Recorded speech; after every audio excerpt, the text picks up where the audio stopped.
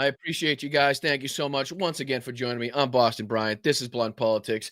Hit me with a like, subscribe to the channel if you like what you're hearing. If you like what you're seeing, I really do appreciate it. Thank you so much. Lots to talk about. It's Sunday, November 30th. I appreciate you for making it this far. I know a lot of people starting to get a lot, frustrated, let's just say, at what's going on with this government, to say the least. All right. So, let me know in the chat how you're feeling. How's everybody doing? Thank you to the mods. Thanking everybody for showing up once again, spending your time with me. I know it is the most important resource that you have. Hope everybody had a wonderful Thanksgiving. But yeah, lots to talk about. We'll be talking about what we have been calling out, rightfully so, here on Blunt Politics for a long time. But it seems like the mainstream media and other people are just sort of catching up to this, which is the whole, Pete Hegseth war crimes, Donald Trump war crimes, committing, blatant, cold-blooded murder in front of our eyes, and also posting the videos of that. So we'll be taking a look at a few different creators, a few different news outlets talking about, the recent news, the recent investigation into this, double tap. We'll be talking about different references in history, World War II instances where this same or similar thing, similar type things happened where, vessels were struck. And then, your duty is then to now, recover those people per maritime law. I know different rules and regulations. If you're engaged in war, it's kind of a gray area too. A little confusion because we're not actively or, as a country at war with Venezuela. So, what rules and laws, it's pretty specific on what you have to go by, in terms of not being at war with the country and what you do in terms of maritime law. So again, we'll be looking at a different, some historical references, where they were prosecuted. People, German U-boat commanders were prosecuted.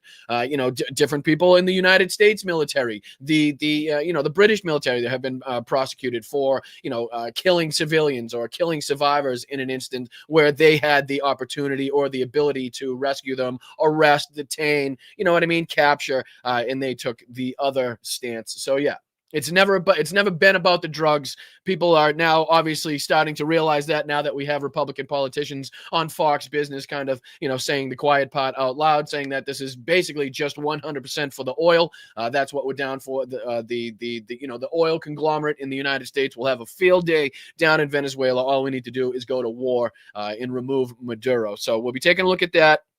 And now, as I just said, it's never been about the drugs. It's always been about the oil, and we have, some examples to show you guys here on the show today that will prove that, where, such as Donald Trump pardoning the ex-president of Honduras, who was responsible for about 400 tons of cocaine coming into this country, if not more. We'll be taking a look at a different story where he's, pardoned, two twins that were drug lords back in the day, responsible for pushing cocaine. So you can't tell me that you're having this battle, this all-out war against drugs, and you're going to go as far as to strike fishing boats with United States missiles.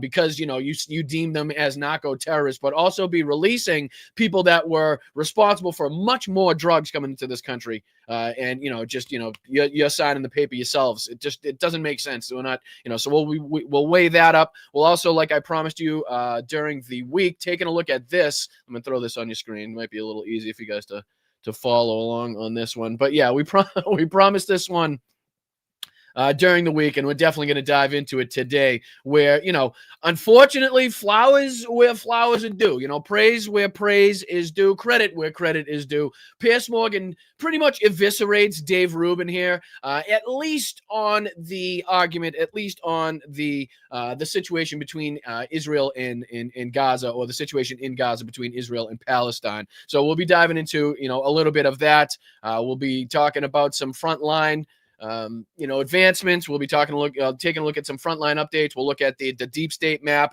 We'll also be taking a look at the the Syriac map as well, because the Syriac map and the deep state map usually pretty close in what they show, but on this one, the Syriac map is showing almost a complete encirclement now of Pokrovsk, whereas the deep state map is not I guess, ready yet, or has received enough information to kind of put that in their map. Either that, they're on vacation for Thanksgiving. But yeah, we'll be taking a look at that. A lot of updates and for the front line as well. But let's dive into it. I'm Boston Bryant. This is Blunt Politics, again, the political podcast made to sift through the bullshit, the lies, the propaganda of the mainstream media, Donald Trump, the Republican Party, politicians in general, and then we just kind of work it down. We feed it through everybody, and then we kind of break it down for everybody, the normal class, working class individuals of this country, like you, like me, because that's who these policies affect, and that's who needs to be involved in these. So let's dive into it. Let's dive into this first one here. This is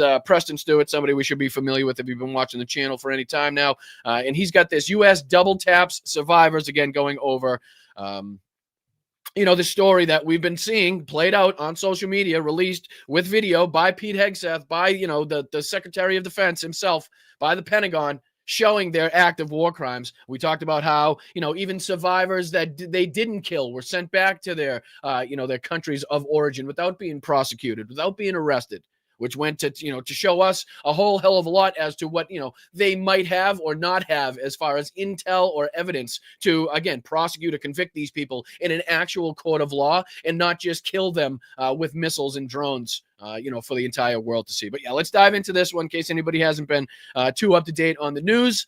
This is, again, about the recent investigation into Pete Hegseth and the use of this, double tap, double strike method that we've seen Israel use. We've seen Russia use time and time again. We saw this time and time again with hospital strikes inside Gaza, right? We've covered numerous different events where Russia has used the double tap method, to enact more damage, to inflict more damage, to kill more people. Right. So now this is an active investigation into whether or not the United States is using those same tactics in their so-called war against Venezuelan fishing boats, I guess. All right, so let's dive into it. I appreciate you guys. Otis, Ali Bubble, Evie's Aunt, everybody on Facebook, Twitch, YouTube, Twitter. Thank you guys so much. Not Twitter. What did I say? Instagram. Sorry, not Twitter. My apologies. But yeah, I appreciate you guys. Make sure you hit that like button, subscribe, do all the respective things on that respective platform that you're watching on. Thank you to all the mods, wherever you may be modding. You guys make this place a really safe place for people to engage in conversation, and I appreciate you for it. All right, let's dive into it. Is Secretary Hegseth of ordering that the U.S. military, quote, kill everybody during recent operations in the Caribbean, an order that would place Hegseth and multiple service members in legal jeopardy.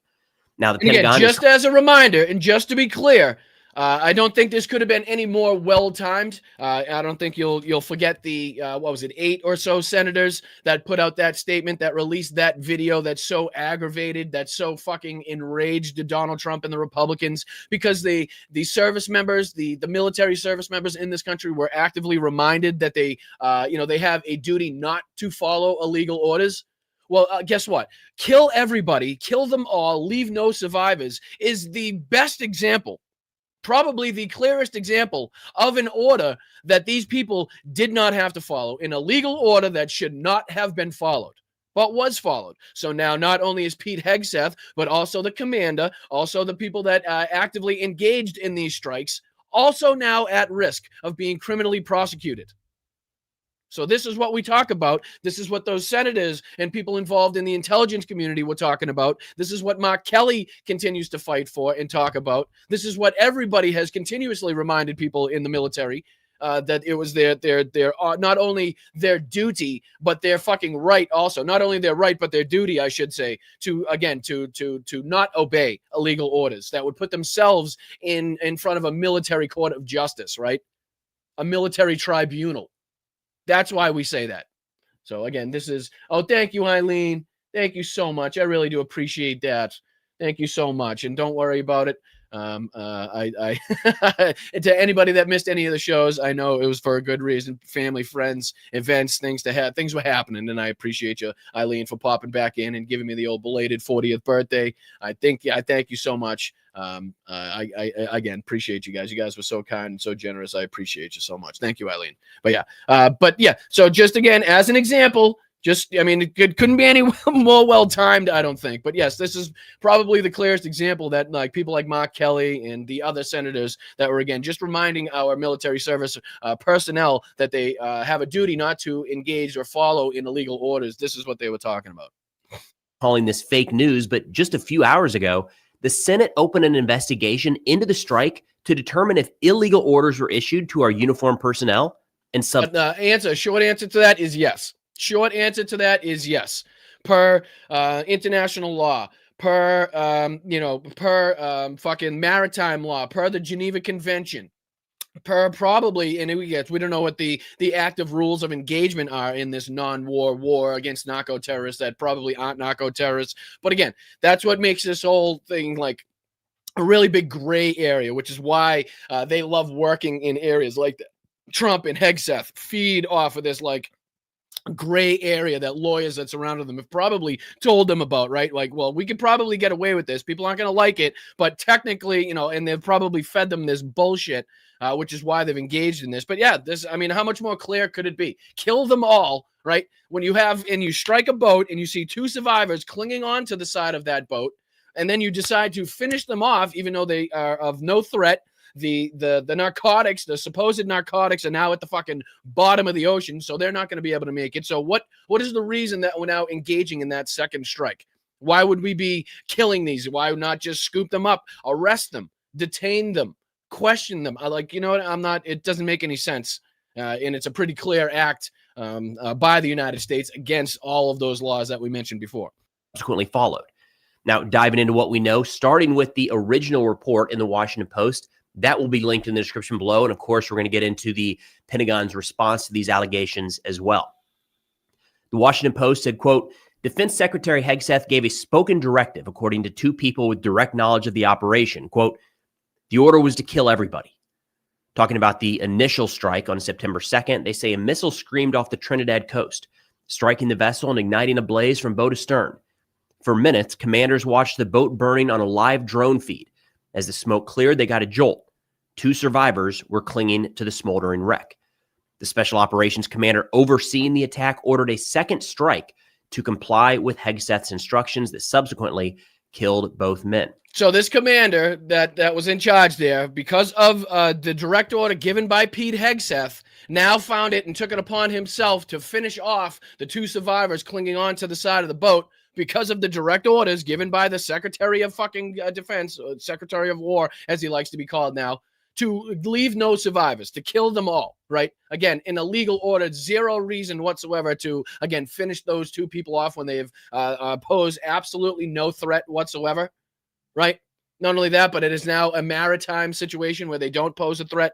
The narcotics no longer, or supposed narcotics, alleged narcotics no longer in the vessel. Now a maritime situation where these people are in active danger. It's an emergency where the United States should then be on the side of, again, at least scooping them up out of the water, detaining them, you know what I mean? Making sure they survive, and then we can question them and get more information on maybe what the hell was going on, the activities, where they came from, what they were carrying, right? As opposed to finishing them off, quote, killing them all and getting 0 information from whoever they may be. They say SEAL Team 6 conducted the intelligence collection and targeting for this attack and several others, according to 2 people. Now, again, not only is the commander for SEAL Team 6 now actively involved in this and could be, liable legally for his actions, but now this gives and taints SEAL Team 6.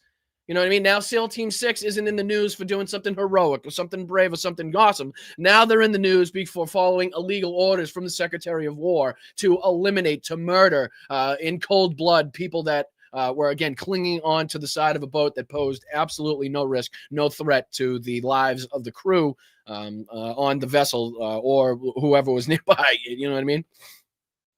The protocols were changed after the strike to emphasize rescuing suspected smugglers if they survived strikes. And we have seen that. A strike just a few weeks ago, maybe a couple months ago now, led to the U.S. Navy going out to pick up these suspected smugglers. Right, and what did that lead to? This is the same event that we were talking about. This led to not only them not arresting, but making sure that these people got back to their country of origin. So what does that tell you? Wouldn't they be like fucking amped up? Wouldn't they be ready to go and ready to handcuff these people if they were like already 100% like deemed and confirmed to be narco terrorists, right? On their way to the United States to try to kill millions of people, as Donald Trump loves to put it. Why would you send those people back to their country of origin so they could continue working in the drug trade if that's what they're like. It doesn't, nothing about this adds up, right? Doesn't 1 + 1 is equaling fucking 1 again in this case, which, you know, everybody's kind of scratching their heads. And then actually returning them to their home country. The Washington Post continues saying, in briefing materials provided to the White House, JSOC reported that the double tap was intended to sink the boat and remove the navigation hazard to other vessels, not to kill survivors. They say a similar explanation was given to lawmakers in 2 closed-door briefings, according to 2 congressional aides. Which again is their excuse that they're given, their reasoning that they're given, but does not, again, tell or paint the picture as to why these people would not be rescued first, and then you could blow up the vessel as to, you know, to sink it so it's not floating around, you know, in the way of shipping and cargo vessels or whatever it may be, which is what they're trying to say now.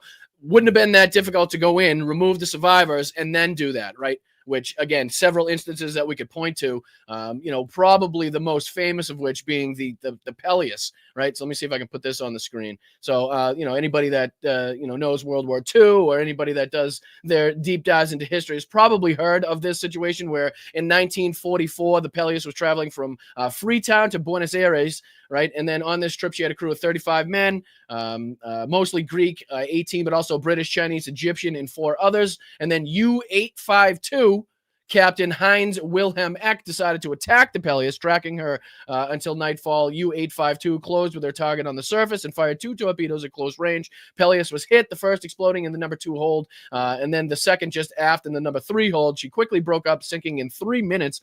All was left of her was the flotsam, including several life rafts and the survivors of her crew, perhaps their number. Eck took number of men aboard for interrogation, right? And then Pierre Newman, a seaman, having established her name and details, had returned to their raft. At this point, Eck decided he must hide the evidence of his action by destroying the debris, including the rifle rafts and, by implication, the men from them. So basically using machine guns, using small arms to kill survivors, kill people in the life rafts, to get rid of the evidence of the debris, right? Despite their efforts, not all the wreckage was destroyed. Four of the crew survived, though one, Kafalas, died later of a wound in his arms. But at the end of the war, in October 1945, 5 members of the crew were tried as war criminals and convicted. 3, Eck, August, and Hoffman, second watch officer, and Walter Weifenspignig, the boat's doctor, were executed, and 2 others, Hans Lenz, chief engineer, and Wolfgang Schwender, the pilot, were imprisoned.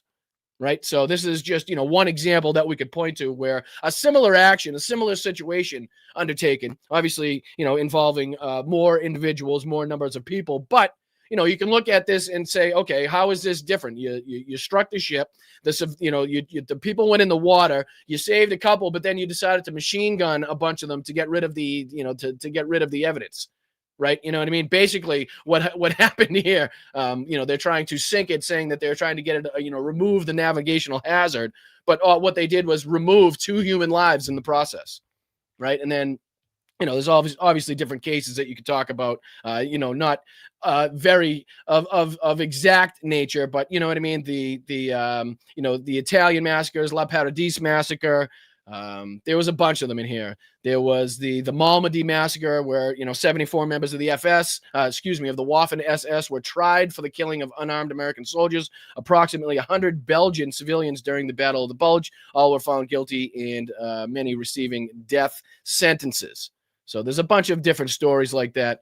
Some of them involving some of our own soldiers as well. I mean, one of the bigger ones that we point to, or one of the bigger aspects of World War II that we point to that was, undertaken by our own side was, the firebombing of some of the cities in Germany, the firebombing of Tokyo, different things that were at the time even called war crimes, even called, above and beyond what was called for, in by our own side. So again, similar situations happening now, being rightly called out by people around the world. This is the same situation that we saw the UK and different countries, take back and stop sharing their intelligence with the United States to remove themselves from situations just like this. right? We reported that here on Blunt Politics, where the UK, I think it was France, the UK, and a couple other countries had, actively stopped sharing intelligence, specifically in this theater of action with the United States, to remove themselves from culpability, remove themselves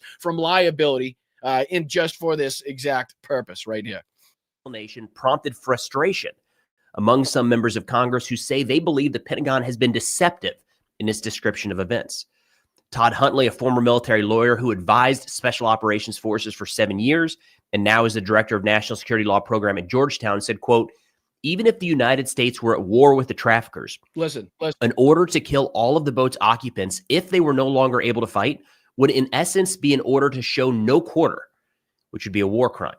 So listen, what he's saying is, even if we are at war, even if we were even in an active shooting war, signed off by Congress, even if that was the case, right? These people now in a position where they're not fighting back, they're not in position to cause you any harm, they have no weapons, they're clinging on to the side of fucking, burning wreckage in the middle of the ocean, right?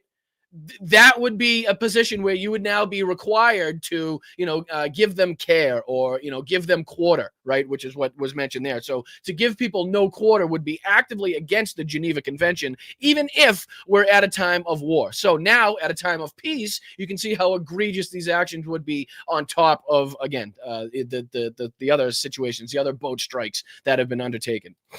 Diving into the legality here, we're turning to Jack Goldsmith, who works at Harvard Law, formerly headed the Department of Justice Office of Legal Counsel. And again, if there's still people like, oh, well, it's about the drugs and they're killing people, then why is this a thing? Then why is this a thing? Here, let me throw this on the screen. Why is Trump pardoning ex-Honduras president Juan Hernandez, or whatever the hell he is, right? Who, again, was responsible for teaming up with many of the cartels and was responsible for, I think the number that was reported was something like 400 to 500 tons of cocaine coming into the country, right? So let's just play a clip of this just for everybody to say, well, it's about the drug, the drugs, and the drugs is the reason. Well, okay, then explain this. U.S. President Donald Trump on Friday made a major intervention into Honduran politics days before the country's presidential election, pardoning a convicted ex-leader and threatening to cut U.S. support if his preferred candidate loses. Trump said he will pardon ex-president Juan Orlando Hernandez, who was convicted last year in a U.S. court of drug trafficking charges and sentenced to 45 years in prison. 45 years in prison by a United States court, right? And is now getting pardoned. At the same time, Donald Trump says he's actively engaged in a drug war. So what are we doing? How does that make sense? How did MAGA? Anybody MAGA? Any MAGAs in the chat? Let me know. Any just straight up Republicans? Maybe you don't even have to be MAGA, but any Republicans in the chat that may have an answer to this, may be able to explain why at the same time he's murdering people in the Caribbean, for this so-called narco drug war that he's undertaken, but at the same time releasing people like this asshole, and then you got people like this as well. And again, nothing against these two. If I'm not beyond the thought of rehabilitation and people changing their lives. I'm not. But again, this story does not line up with what the Trump administration is telling everybody that they're undertaking, right? And we'll go back to the other one. But this is another story where President Trump pardons two brothers who are, were cocaine kingpins, right? Check this out. We just stay busy around here. Tia's on the Bluff in Fort Worth is a family-run restaurant with two brand new employees. Trash, dishes. Brothers, Edward and Joe Sotelo. 85 days of work nonstop. 85 days since they were released from federal prison. A day they say they had no clue was coming. 9:15 in the morning on May 29th. They came and told me President Donald Trump just released him. Described as cocaine kingpins in the past, they were arrested in the mid-90s in Fort Worth and convicted of a nonviolent drug conspiracy. Their sentence, life in prison. I kept telling him, I said, through emails and everything, I said, I'm going to get this out. Right. And if you'll remember, this is remember this woman? Remember this woman here, guys? Check this out. I am the White House pardon czar for the United States of America. Johnson was granted a full pardon by President Trump in 2018 and was asked. Remember that big story where this woman was given a pardon by Trump in 2018? Well, she was now responsible. She was, as you just heard, now the pardon czar. And again, I'm not good on or rehabilitation. Awesome. I'm not, opposed or against the thought of people rehabilitating their lives and changing and wanting to make a difference, right? But again, so now Donald Trump has put somebody that he pardoned for drug crimes in charge of pardoning other people for their drug crimes. Okay. All right. You know, like, you see how that could maybe possibly a conflict there? You know what I mean? I don't know. Maybe this is them. I don't know. I'm not going to allege anything, but you can see how it doesn't align with what they're trying to purport in the media. This year to look for prisoners who deserve a second chance. She says the Sotelos stood out. They were sentenced under old mandatory laws that today, if they were sentenced, they would not have received a life sentence. And what really struck me about them was their rehabilitation. 30 years into. And again, like I said, nothing against these two, nothing against that woman either, or the fact that they've rehabilitated or changed their lives, allegedly. But again, if we're talking about what this administration is trying to do and what they're trying to get across in the news, this doesn't line up with with what they're saying or doing at all, right? I think we can all kind of agree on that one. Hernandez, who led the Central American nation from 2014 to 2022, was accused by U.S. prosecutors of facilitating the import of some 400 tons of cocaine into the 400 tons of cocaine, right? As opposed to how much could possibly be on those fishing boats, right? I mean, the guy, does this make sense to you guys? This is like giving back, I don't know. I'm not even sure what the correct metaphor or like a one-to-one connection would be, but it does. Again, you can't be striking 20-foot fishing boats that may have, at the most a couple hundred pounds. When this guy's responsible for 400 tons and you're like, all right, send him back. Not only that, but maybe we should put him back as leader as, in Honduras, even though he was convicted in the United States and sentenced to fucking life. United States. Oh, excuse me. What was it? 45 years. So sorry. Extradited to the United States just weeks after leaving office, when the current president, leftist Xiomara Castro, came to power. Trump's stunning announcement came in a social media post proclaiming. So he put this on social media. So this is not only him trying to engage again in election interference, just in a point just before Honduras has their election, but he says, I will be granting a full and complete pardon to former President Juan Orlando Hernandez, who has been, according to many people that I greatly respect, treated very harshly and unfairly. This cannot be allowed to happen, especially now after Tito Asfura wins the election, when Honduras will be on its way to a great political and financial success. Vote for Tito Asfura for president, and congratulations to Juan Orlando Hernandez on your upcoming pardon. Thank you for your attention to this matter. Make Honduras great again. Support for Nasri Asfura, the candidate of Hernandez's right-wing party in Honduras's presidential election on Sunday. The U.S. president had earlier endorsed Asfura, but his latest comments went further, apparently conditioning future aid to Honduras on his victory.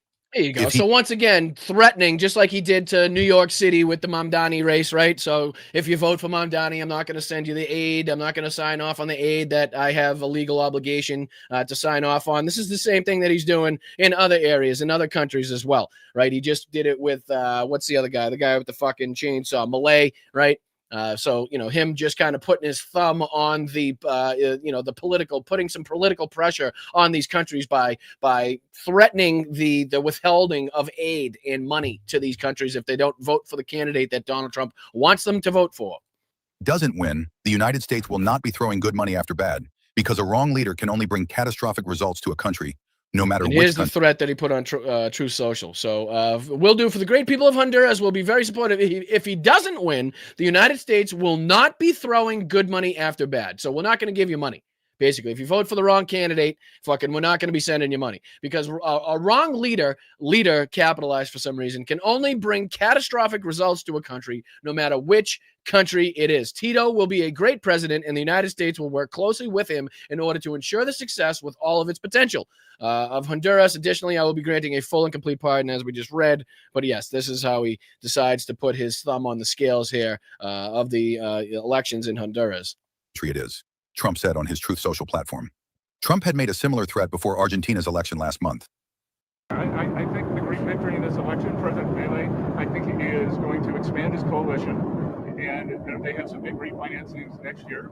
But the Argentinian people have spoken to President Trump that they know that the U.S. is their ally thanks to President Trump. We're behind them, and that they're going to be able to fix their fiscal and keep on the. So once again, great reception, great sound, great everything from the fucking White House press corps, from Air Force One.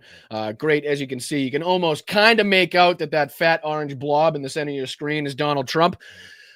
But it's actually Scott Bessent just to his right or your left if you're looking at the screens, talking, again, giving bullshit excuses as to why Donald Trump is backing Javier Milei and threatening the people of his country, again, with not sending them money if they vote for the wrong candidate. But yeah, does this make sense to anybody as to why we'd be releasing a guy responsible for 400 tons of cocaine coming into this country as we're supposedly undertaking this narco-terrorist drug war?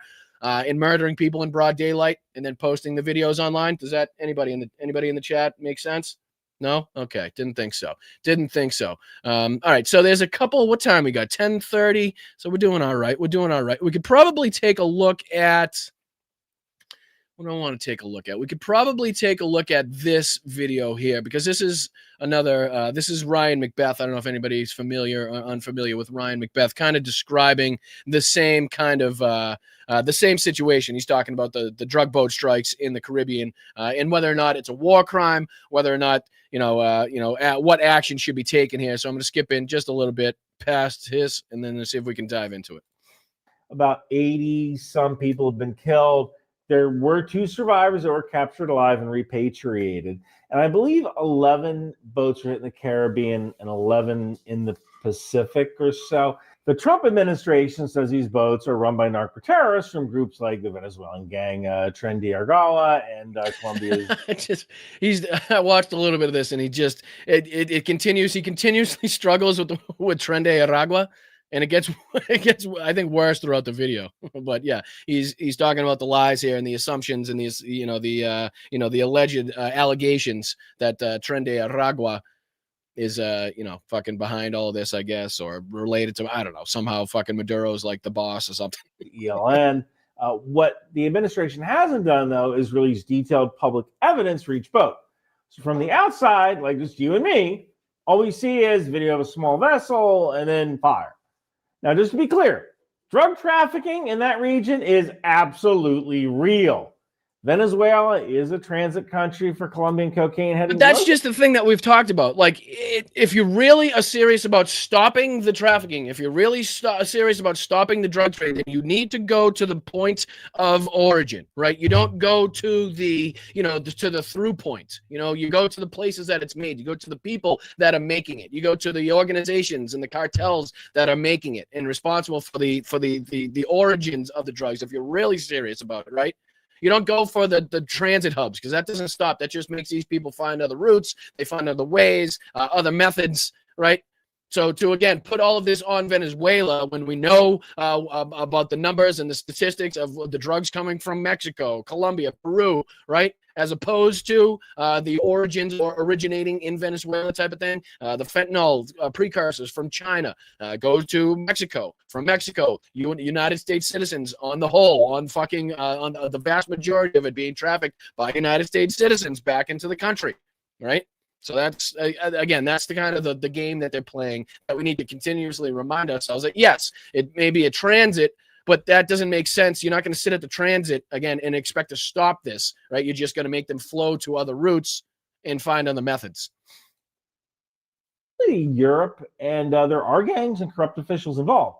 But that's kind of different from us being able to look at a particularly blurry boat. Again, as you're seeing on your screen here, this is how it's typically been done, right? So typically you would fly, intercept, if you need to, shoot out the engines of the boat to make sure that you can stop the boat in its tracks, make sure that they have no weapons on board, make sure they throw them over, whatever it may be, and then you intercept the vessel. You go and you detain the individuals, you arrest the individuals, you search through the cargo, you figure out what they're carrying, figure out where they're going. You get intel. You get information that will lead you to another case, to another arrest, to a bigger individual, a bigger fish, right? That's how it's typically been done, as you're seeing on your screen, and as you can find on YouTube and any other fucking social media site. Ample evidence to that type of maneuver, to that type of policy that we have in doing just that, whether it be with Coast Guard vessels, whether it be with helicopters, whatever it may be with. That's how we typically have done it, not blow them out of the fucking water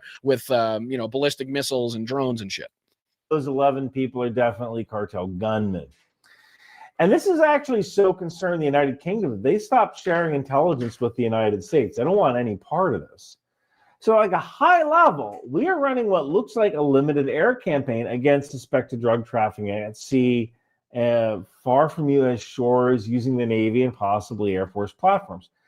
The most controversial story so far in the attacks are this attack in Trinidad that happened near the 1st or 2nd of September. According to reporting from the Washington Post and others, here's what allegedly happened.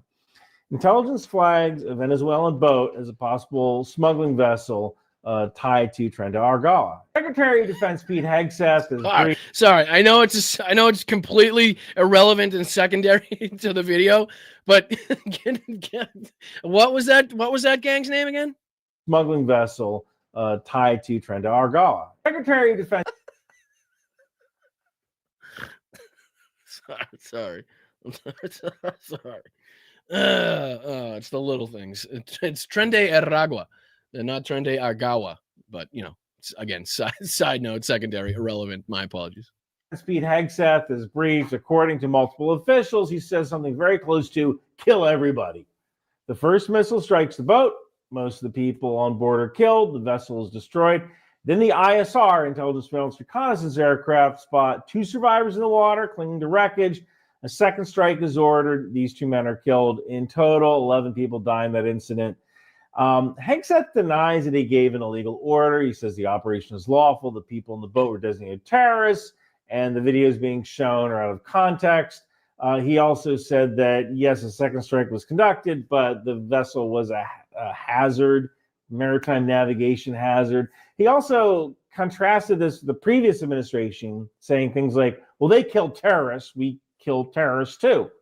Now, full disclosure here, if you know me, you know that a lot of times when I get on a flight to Florida, someone's going to end up in the dirt.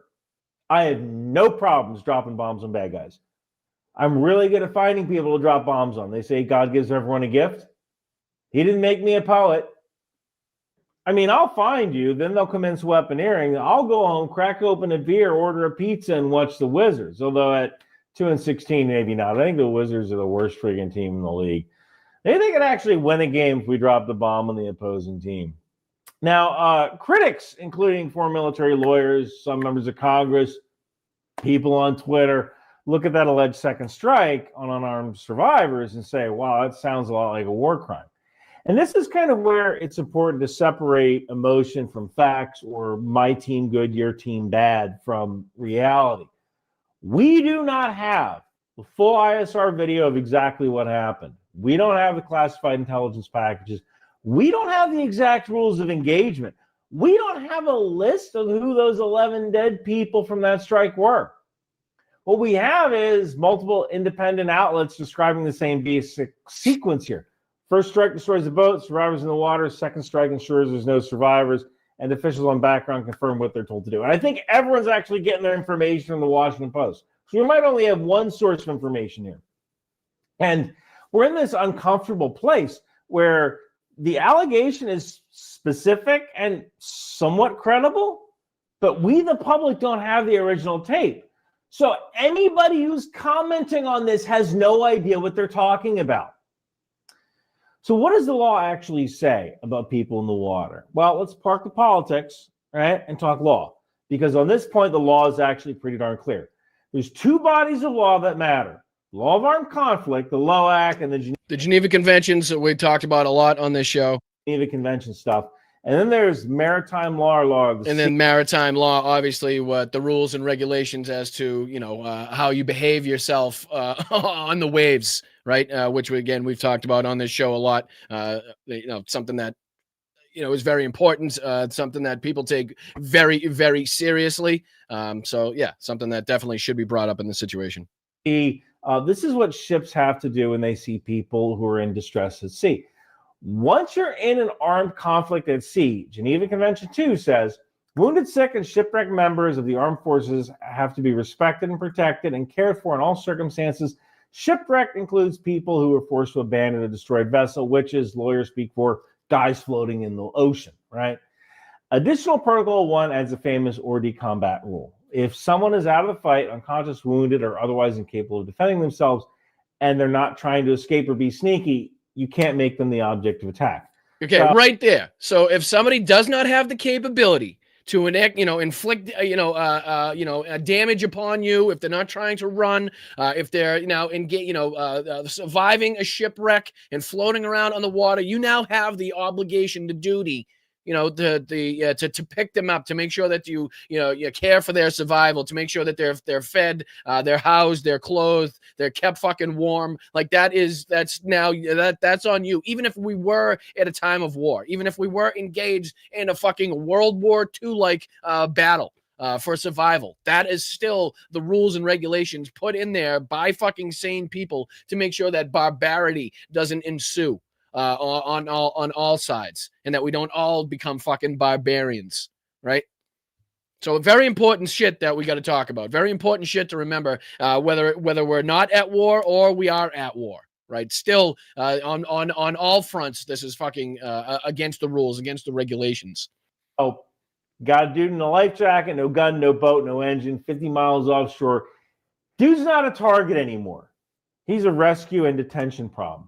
And all right, we don't have to dive, too deeply into the video. I think everybody kind of gets the gist of what people feel about this. Like, there's pretty clear rules and regulations. And again, whether you're using that gray zone of we are at war or we aren't at war, it does not really matter. There's still clear legislation that you could point to that instructs different militaries and different commanders to act a certain way, to do a certain thing in a certain situation when certain checkpoints are met, certain criteria is met. Okay, they're no threat to us now. Again, like you just said, we're 50 miles offshore. He's floating in the ocean.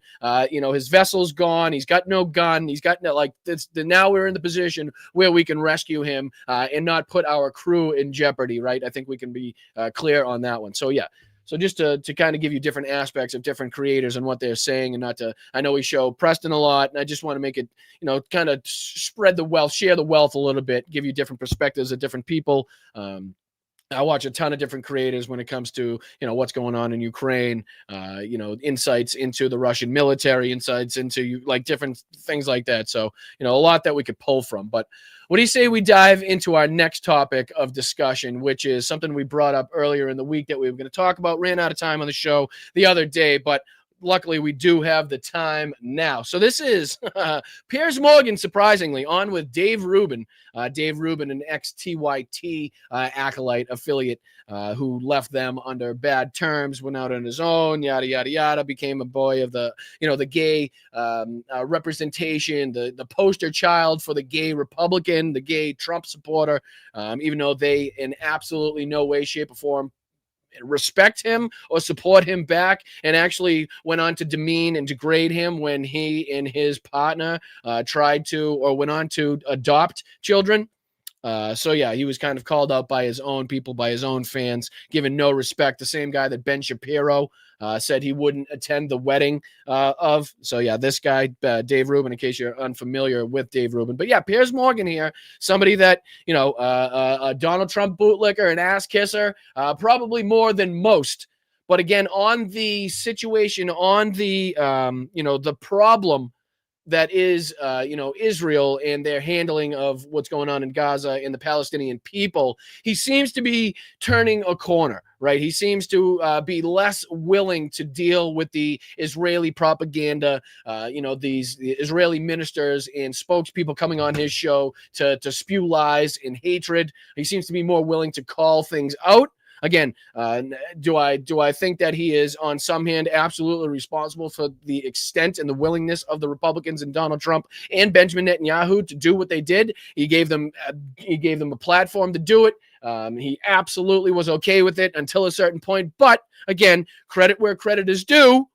He's now at least using his time, his, I don't want to say prestige, but his platform, right, on these different shows to bring up and to call out lies from different Republicans, from people like Dave Rubin, who are just living in an alternate universe, living in an alternate reality, and just denying what they see right in front of their faces. So luckily, this is broken down into segments, and we don't have to suffer in silence through too much of this. So he's got this broken down where he goes into the Israel-Hamas conflict, he calls it. But yeah, he goes on to deny that there's starving children. This being Dave Rubin, goes on to deny that there was a genocide, goes on to deny that Israel had any wrongdoing whatsoever. Actually said in this interview, Piers Morgan asked Dave Rubin blatantly, okay, name one thing. What is one thing that you think Israel was wrong about or could be called out on? And Dave Rubin clearly says there was not a thing that he can think of that he would have made or told Israel to do differently in this situation, which is like beyond sick in the head. There's like a level when you're sick in the head, and then there's a level beyond sick in the head. I'm not sure quite what the word for that is. Give me a word in the chat. But I think that's where Dave Rubin is. But yeah, so again, flowers for credit where credit is due to Piers Morgan for being on this platform, because it's good for Dave Rubin's fans and followers and the people that watch him to hear him called out like this, to hear the truth, to hear the reality. At least, and even from somebody that they probably watch themselves, that they probably admire, being a right-wing commentator himself, Piers Morgan, it probably is more beneficial, carries more weight than, say, if I or Hal or fucking whoever, Jesse Dollemore, if anybody went on the show with Dave Rubin, it probably wouldn't have carried as much weight, as much water. So a lot of people calling this out, a lot of people talking about this clip, this little interaction here. So let's dive into it. Hit that like button, subscribe to the channel. I'm Boston Brian. This is Blunt Politics. You're gonna get it. You're gonna get to hear how I feel with no sugarcoating, no filters, and no bullshit. So if that's what you're here for, hit that like button. Let's join it. Let's dive into it again. This is Dave Rubin, Piers Morgan discussing Israel and Gaza, and I think we just have they get kind of straight into it here. Sometimes one will win, sometimes the other wins, sometimes you both get a win. It's an interesting little battle to watch. Just to kind of point out and juxtapose the credit that I'm giving Piers Morgan here on this specific situation, I want to be very clear. It's this specific interaction and this specific situation that Piers Morgan, I'm giving him credit for being better than he was, right? He's still got a long way to go. He's still got a long way to go to make up for the shit that he did in excusing and allowing this, right? But he's getting better on the situation. But he did start off this entire debate talking about how woke is the main problem. They go on to talk about London's Muslim problem.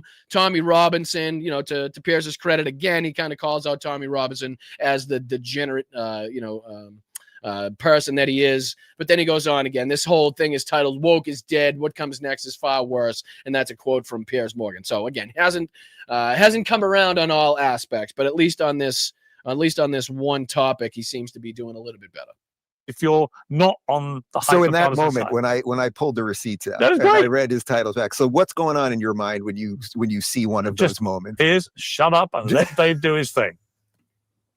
All right, so let's get into one that I have hit you on repeatedly on Twitter. We've had our little things back and forth, and again, it's always respectful. But I want to show you one. It's a little compilation. It's about 60 seconds or so. Some of the Israel stuff.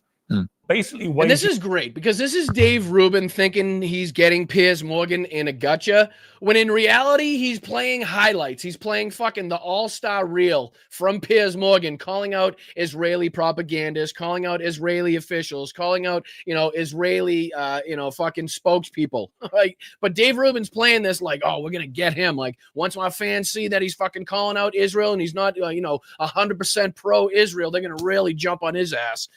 But again, all he's doing is showing the transformation, is showing the change, the switch, even said by Piers Morgan in his, dealings, in his thinking and how he handles and thinks about, the Israeli government and Benjamin Netanyahu and the actions that they took, that they're, undertaking in Gaza still.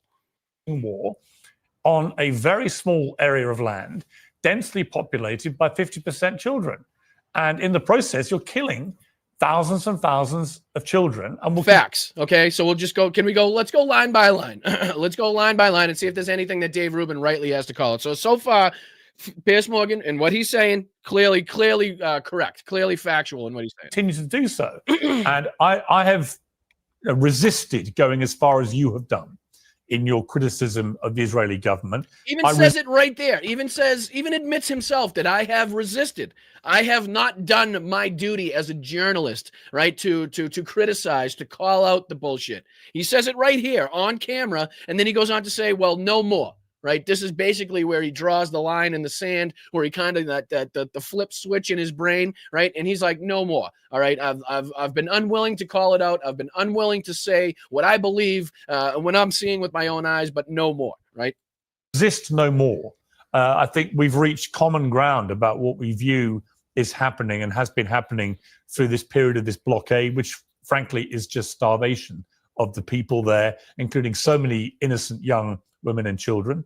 And I think that the incessant bombing and killing, and we don't know how many civilians have been killed, but it is on a daily basis. It looks like hundreds of people every day, with no apparent attempt, it seems to me, to have any real plan for how this ends or what happens when it ends. How many children have you killed? Pierce, Israel is not killing children. Israel is killing children every single day. Again, one of Pierce's better interactions that he's had on his show. This is, again, Dave Rubin trying to play this as a gotcha. But this is what I think one of Pierce's better moments on his show, calling out the Israeli ambassador to the UK, who has made some fucking horrendous statements. We've actually played a few on the show early on in the war. She talked about the two-state solution being, completely out of the question, and eradicating these people. I'm paraphrasing, but very along those lines of what she used to say. I don't know if she's still around. I haven't seen her in a while, but. Pierce, this is a blood label you're putting on Israel. It's not true. What? No, it's not actually. And what you're trying to do is be very weaselly with your words. No, I'm not. They then moved into a nearly 3-month blockade, which to me is a criminal starvation of a populace, which should never have been allowed to happen. The bombardment has been utterly relentless all over Gaza. They've obliterated 70% of Gaza. I think is completely disproportionate to what happened to Israel on October the 7th. These hardliners on the Israeli government cabinet, the way they've been talking now quite brazenly and openly about ethnic cleansing. Okay, so it's weird to even have to show that, and we sit in a room Can I make together. 1 point? Why is it weird to have to show that? I don't understand. Seems like everything he called out, you could justify, you could back up with video evidence, with fucking reporting, with factual evidence, with credible evidence, everything that he just said. So why? I don't understand why Dave would have a problem playing that on his show, but he'll go on to explain. And No, it's actually, I don't mind that at all. I understand everything I said. Yeah. But it's interesting. You've only shown my rhetoric this year from the 3-month blockade onward. No. So I would say it would be fairer if you'd also shown my passionate defense of Israel. Well, you addressed it. To You defend addressed itself, it there. which I addressed it maintained there. for a long time, by the way, and used to get absolutely hammered by the pro-Palestinian side in a way that I've since this year had more hammering from the pro-Israeli side. So, well, you addressed it there. That's why we put that clip in. And I think that's just because there has been a shift. That's what I wanted. No question. Right. So I think that is so. First off, you acknowledge that there's been no starvation, correct? No. I'm sorry. What? Dave Rubin is trying to get Pierce to acknowledge that there's been no starvation. What do you think a blockade is?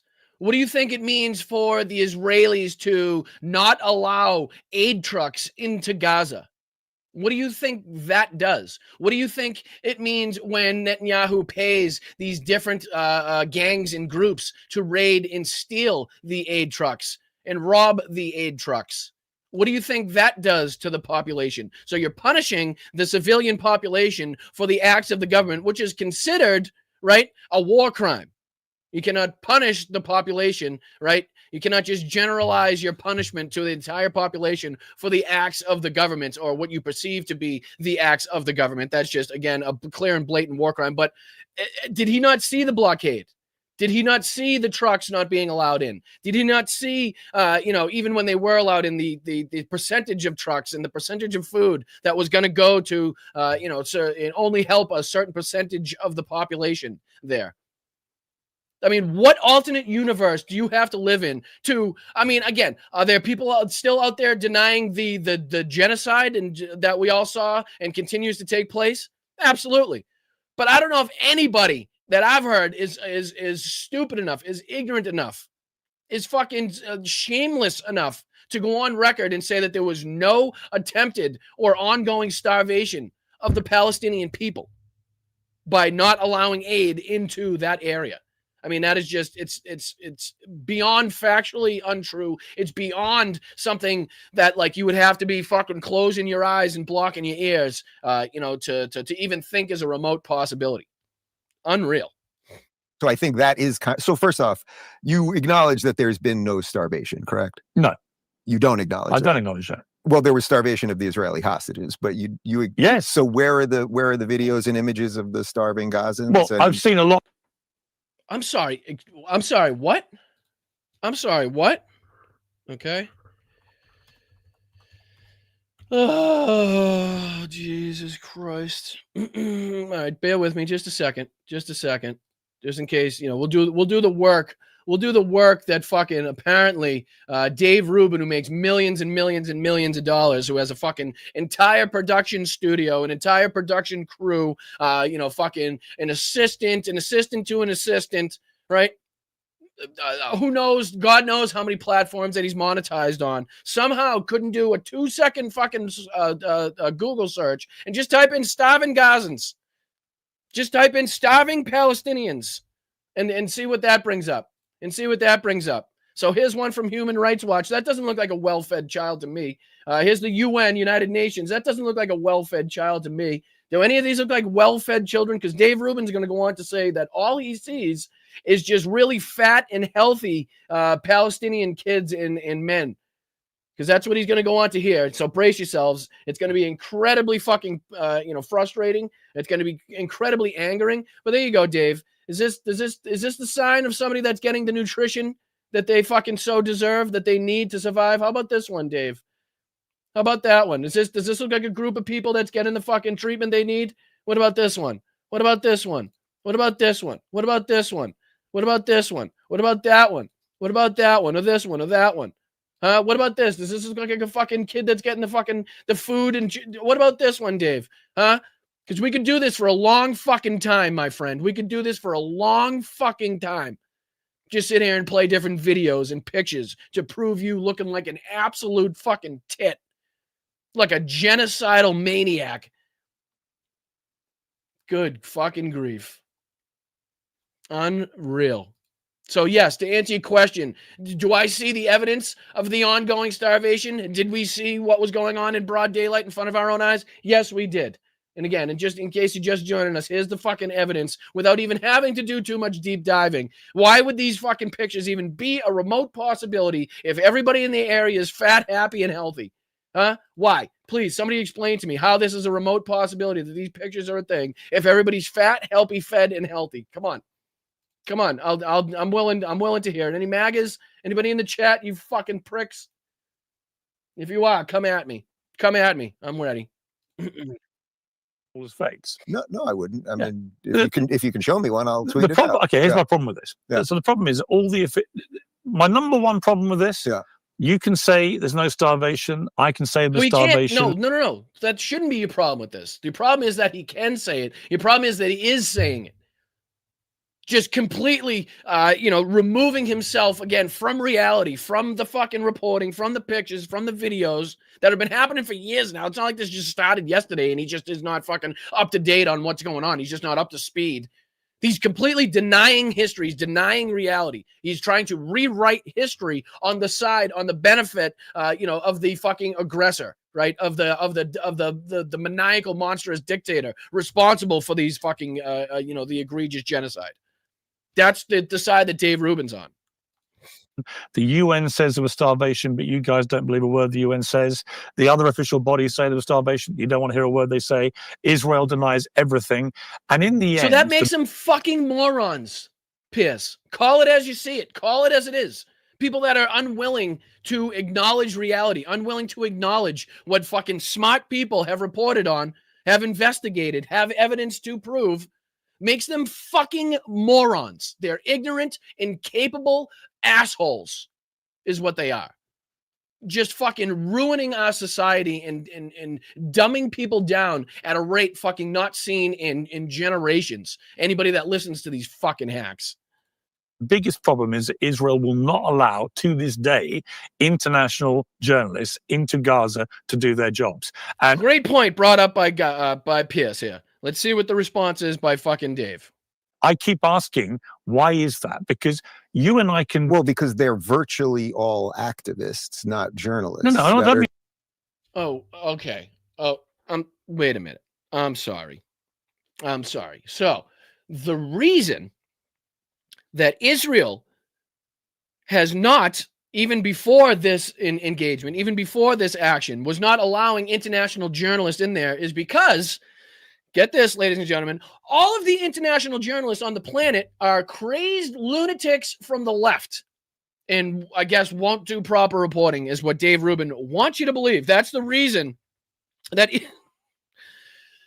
Oh, wow. Does who watches this shit? Unfucking real. Like, who's like, yeah, that's the reason. Yep, they're all, every journalist on the planet is a crazed, lunatic, radical, lefty, Marxist, communist, and that's why that Israel doesn't allow them in, because they wouldn't report it fairly and accurately anyway. You and I can... Well, because they're virtually all activists, not journalists. No, I don't mean Palestinian journalists. Yeah. I mean international journalists. No.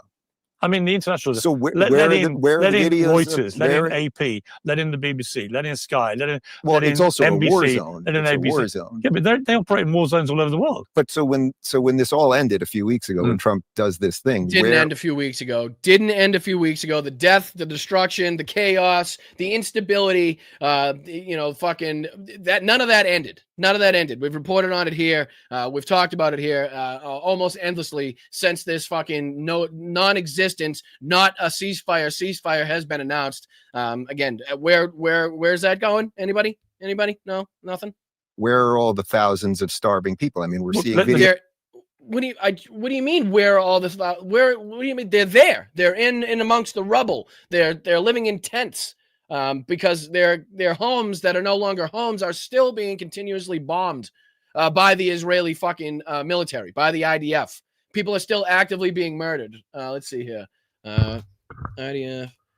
Let's see. There you go. This is footage that has shocked many, and it starts with two men emerging from a building under the gaze of Israeli soldiers. The men raise their arms in surrender. They're kicked on the ground and then pushed back to the building. And then, with grim, calm precision, they're murdered in cold blood. So as you just saw, two men coming out of this building, hands raised. The first thing they do is to lift up their shirts to show the IDF that they're unarmed, no bombs, nothing attached to them. They're actually brought out safely, kicked, punched a couple times, forced back in under this garage door, and then murdered in cold blood. Right? And this was, this was November 28th, 2025, talking about the investigation launched after Israeli forces were filmed killing two Palestinian men. So again, ceasefire. What does a ceasefire mean? It means you're no longer firing. It means the firing has ceased. That, to me, doesn't look like a ceasefire.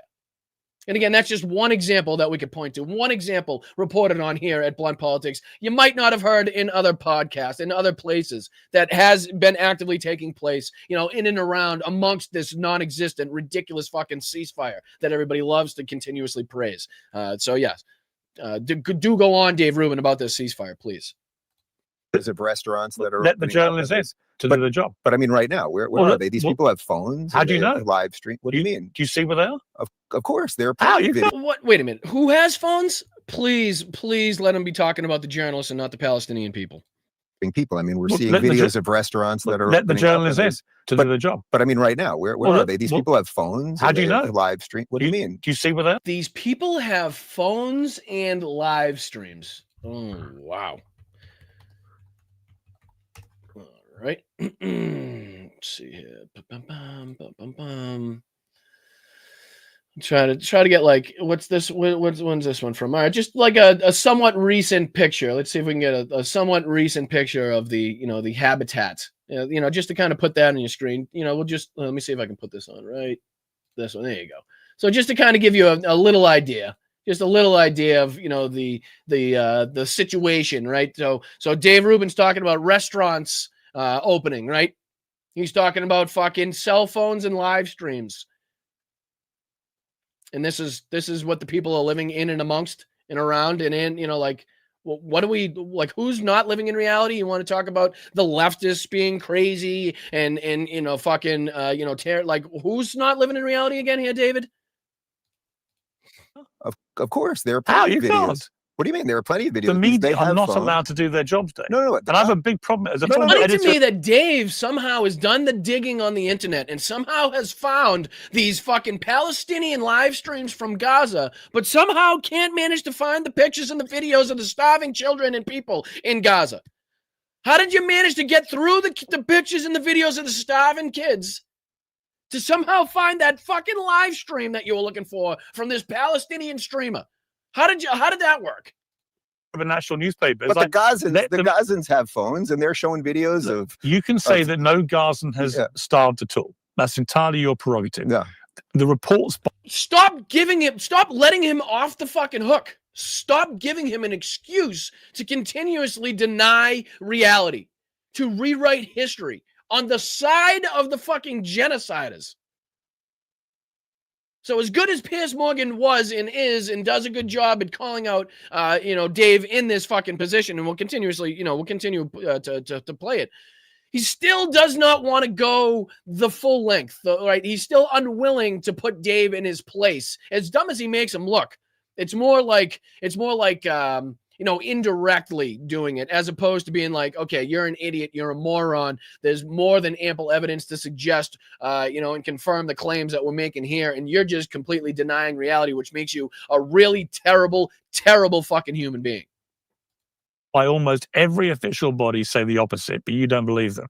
My view is you're entitled to not believe anyone, right? It's fine. I had that thing with Meghan Markle. Didn't believe her either. It cost me my job. However, the best way to get to the truth is let journalists who are used to covering war zones, let them go in and do their job, particularly now we have the ceasefire. So let them go in. That would put a big fucking hindrance on the fake, stupid, non-existent Israeli investigations that they report to look into, in these instances that we're talking about here. So this, where was it? Oh, did I use this? Yeah, so that instance that we were just talking about, that we brought up the video of the two, men being shot. So these like independent investigations done by the fucking Israel, they never, ever, ever amount to shit. Nobody is ever fucking prosecuted. Nobody's ever reprimanded. Nothing fucking comes from it. So if they are, if that's left into the hands of independent journalists and they can do their reporting, that puts a big fucking hindrance on whether or not the Israelis can cover up their crimes as well. Because if it's out there reported by, CNN or MSNBC or CNBC or, any one of them, then that's a big problem. That's a big problem, because then they can no longer cover it up and keep all the footage, the video, the testimonies in-house, and then just, come out with a spokesperson to say, we've looked into it. We found no credible evidence to suggest that any IDF soldiers that did anything wrong, or the typical response that you hear from these fucking people. So that's why there's no fucking independent journalists being allowed in, especially, to this day. The Israeli government is not letting the media in. And I fear I know what it is. They are terrified about what the world will uncover. I just think that's just... Well, let him in. I just think... It's one way to find out. But I just think that's just... What do you think? Doesn't sound like you think much. Sounds like you fucking slurring out of your word. Can you think anything about it? Well, give me some fucking evidence. Give me something. Give me backup something to suggest, or to prove your side of this theory. Because so far you seem to be stuttering and stammering and not giving us much, but a bunch of bullshit. There were quite literally, I think, almost 2 million Gazans there. They have phones. They're releasing videos now. They're at restaurants. They're out and about. Why did none of... Does he still think there's 2 million? Oh, that's pathetic. That's fucking pathetic, huh? The Hamas fighters, when they're releasing the people, look hungry. A lot of them look fat. They have fresh clothes I've and seen fresh hair. Fat in fresh clothes. Are you fucking shitting me? Are you fucking shitting me? Fat with fresh clothes. All right. Okay. Let me just hop out of the way here, ladies and gentlemen. Now, you guys yell, throw it in the chat when you find some fat people that look extremely healthy with nice clothes and cell phones. Go ahead. I'll scroll for a little bit. You guys just stop me when you see the fat people with the cell phones and the Gucci clothes doing live streams on the streets of Gaza. Just go ahead. You stop me at any point. Stop me at any point. I'm sure it's going to come. I'm sure there's a time and a place here where we're going to be able to stop and see fat, well-dressed, starving Gazans. Not starving Gazans with new iPhones doing live streams. Anybody? No, not yet. Still hasn't happened yet. No. Okay. All right. Well, I think that probably proves a point there in and of itself. Just an absolutely fucking asinine claim by Dave Rubin. And again, should be a reason for nobody, not a single person, to ever watch his fucking program, his show, whatever you call it, ever again. Of images of Palestinians looking hungry. Yeah. And you wouldn't dispute that 20,000 plus children have died, right? So whose fault is that? So no answer to that question? I'm sorry. It seems like Pierce just asked you a question, Dave. You're not going to answer that? A lot of them look fat. They have fresh clothes I've and seen fresh lots haircuts. of images of Palestinians looking hungry. Yeah. And you wouldn't dispute that 20,000 plus children have died, right? So whose fault is that? Because this seems did he answer the question and that's an edit? Did he not answer the question and it's not an edit? Either way, didn't want the answer to the question to be out there, right? Didn't answer the question or just took the answer of that question out of the show entirely as to not answer it. So again, you can see what he wants to talk about. You can see what he doesn't want to talk about. Be the one that most people are annoyed at you about because you keep saying proportionate. That's the word that has bothered me with this. So what if someone killed your wife and your daughter and kidnapped your son and raped and pillaged your whole community and all that stuff? What would be your proportionate response? Well, you got to get it into the context of why I criticize. Chances are the father of the family wouldn't be fucking in head. He wouldn't be in the lead, in charge of the the attack. He wouldn't be in charge of the retaliation. Wouldn't be in charge of the police response. Probably for a good fucking reason. Right, just like if I don't know the police chief or somebody on the police force, was this person, they'd probably be removed from that investigation.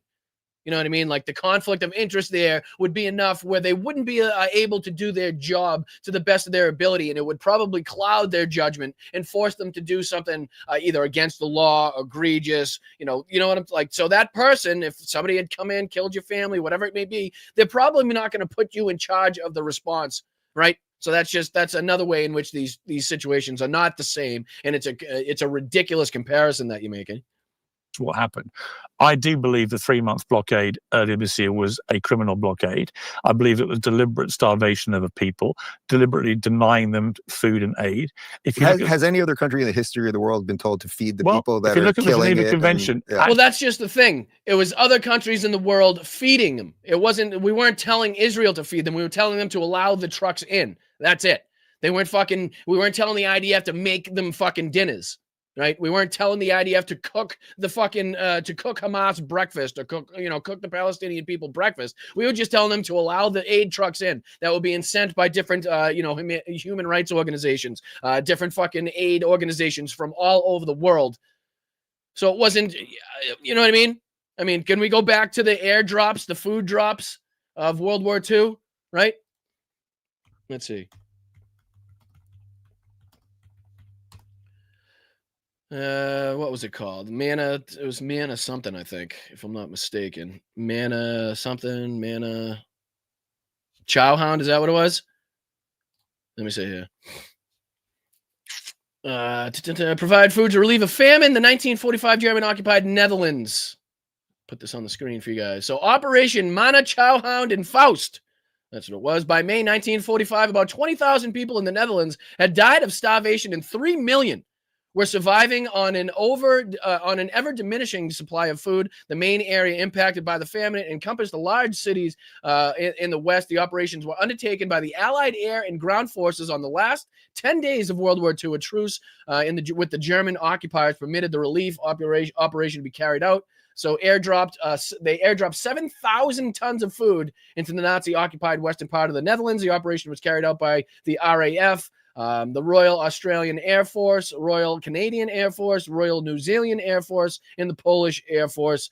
Chowhound dropped 4,000 tons of food, was done by the United States Air Force, and Faust was a ground operation carried out by the Canadian Army, which delivered 7,000 tons of food. In total, 18,000 tons of food were dropped or tucked into the occupied Netherlands. Over 11 days, the war ended in the Netherlands with the 8 May overall surrender. So basically, to feed the people, we undertook this huge operation to drop 18,000 tons of food to make sure. But Dave wants to know, has there ever been a time in which, and I'm sure some of that food went to help and to feed the Nazi occupiers, the German occupiers, who I'm sure were at that time not well looked after, not well cared for themselves, and probably in a position where they were desperately in need of some of this aid themselves. So again, just an example of some of the Allies going the extra step to not only help civilians in these areas, but undoubtedly some of it went to help and to feed some of the occupiers as well. So,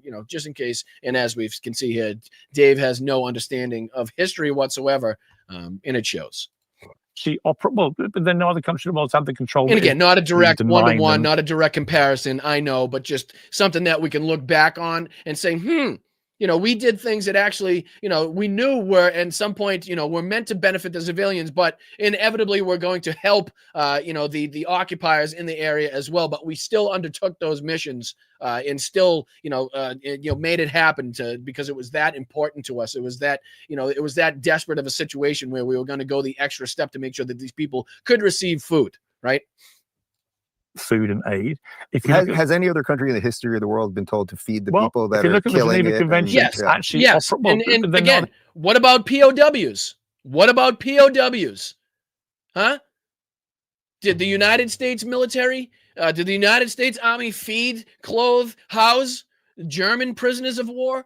Did the Germans feed, clothe, and house United States prisoners, British prisoners, from all over? Yes. Did that happen from all over different regions? Yes. Were per the Geneva Conventions, were you required to give them a certain amount of meals per day? Were you required to give them a certain, fucking standard of living, right? Was that done in all cases? Absolutely not. Were there many, many, many cases where that was completely thrown out the window, not adhered to? Absolutely, 100%. But we're talking about the rules. We're talking about, whether or not on the whole it was done. And yes, it has been said, it has been done in history where an army, a military was required to feed the same people it was engaged in a war with. So again, not knowing your history just makes you look really ignorant, or could possibly make you look really ignorant. And you don't want that to happen in front of the cameras, in front of the microphone. Again, with, possibly how many views on this now? I'm sure this has been viewed a lot of times by, people like me, commentators like me trying to watch this. This has 155,000. This is from a couple of weeks ago, just in case anybody's wondering, but I didn't get the touch. I didn't get the opportunity to touch on it, but I wanted to now. All right, let's dive into it. Then no other country in the world have the control that Israel has over Gaza, right? Well, which again is a whole separate issue. Egypt could open the door. Of course it could, and it should. And it should. Nobody's annoyed at Egypt. I don't dispute. But what does that have to do with the actions either undertaken or not undertaken by the Israeli government or the IDF? Again, that whataboutism that the Republicans, that MAGA is so famous for, coming, rearing its ugly head here. That for a moment. Yeah. And look, I've always supported Israel and its right to exist. And when this happened, October the 7th, one of the worst things I've ever seen, and I steadfastly supported Israel's right to defend itself, and I still do. However, I kept asking from early on, what would be a proportionate response? But who has ever been asked to have a proportionate response? Well, let me ask you. So they should have murdered 1,000 people and raped women. Let me throw it back at you. Yeah. In the history of the Israel-Palestine conflict, 75 years or so, there has never been a response from either side to an atrocity by the other Both sides claim the other side's committed atrocities, right? There's never been a response, anything on this scale. So we had, on October the 7th, 1,200 people were killed. We had nearly 7,000 more wounded. We had 255, 6 people who were kidnapped, including a baby, including Holocaust survivors. Absolutely horrific. But the reason I asked about proportionality, show me another moment in the 75-year conflict where the response has been to kill 60 times as many people, and where you have well, hang on, let me finish. Where you have a government with people like Smotrich and Ben-Gvir who begin publicly, openly talking about ethnically cleansing all the Palestinians. And that's the big point. That's the big point. Not to, and above and beyond the fact that, when you talk about, when this was first kind of kicking off, the IDF claimed to be the most technologically advanced military on the fucking planet, right? The best special forces, right? The most capable, force was the claim. So then you're telling me that there was no other route, there was no other plan of attack, there was no other methods that this fucking so-called, incredibly elite force could come up with to eradicate or to take down Hamas without endangering not only the lives of the Palestinian people, but to destroy completely, entirely their homeland, their territory, right? To turn it into rubble, to turn it into dust, right? There was no other plans, there was no other methods.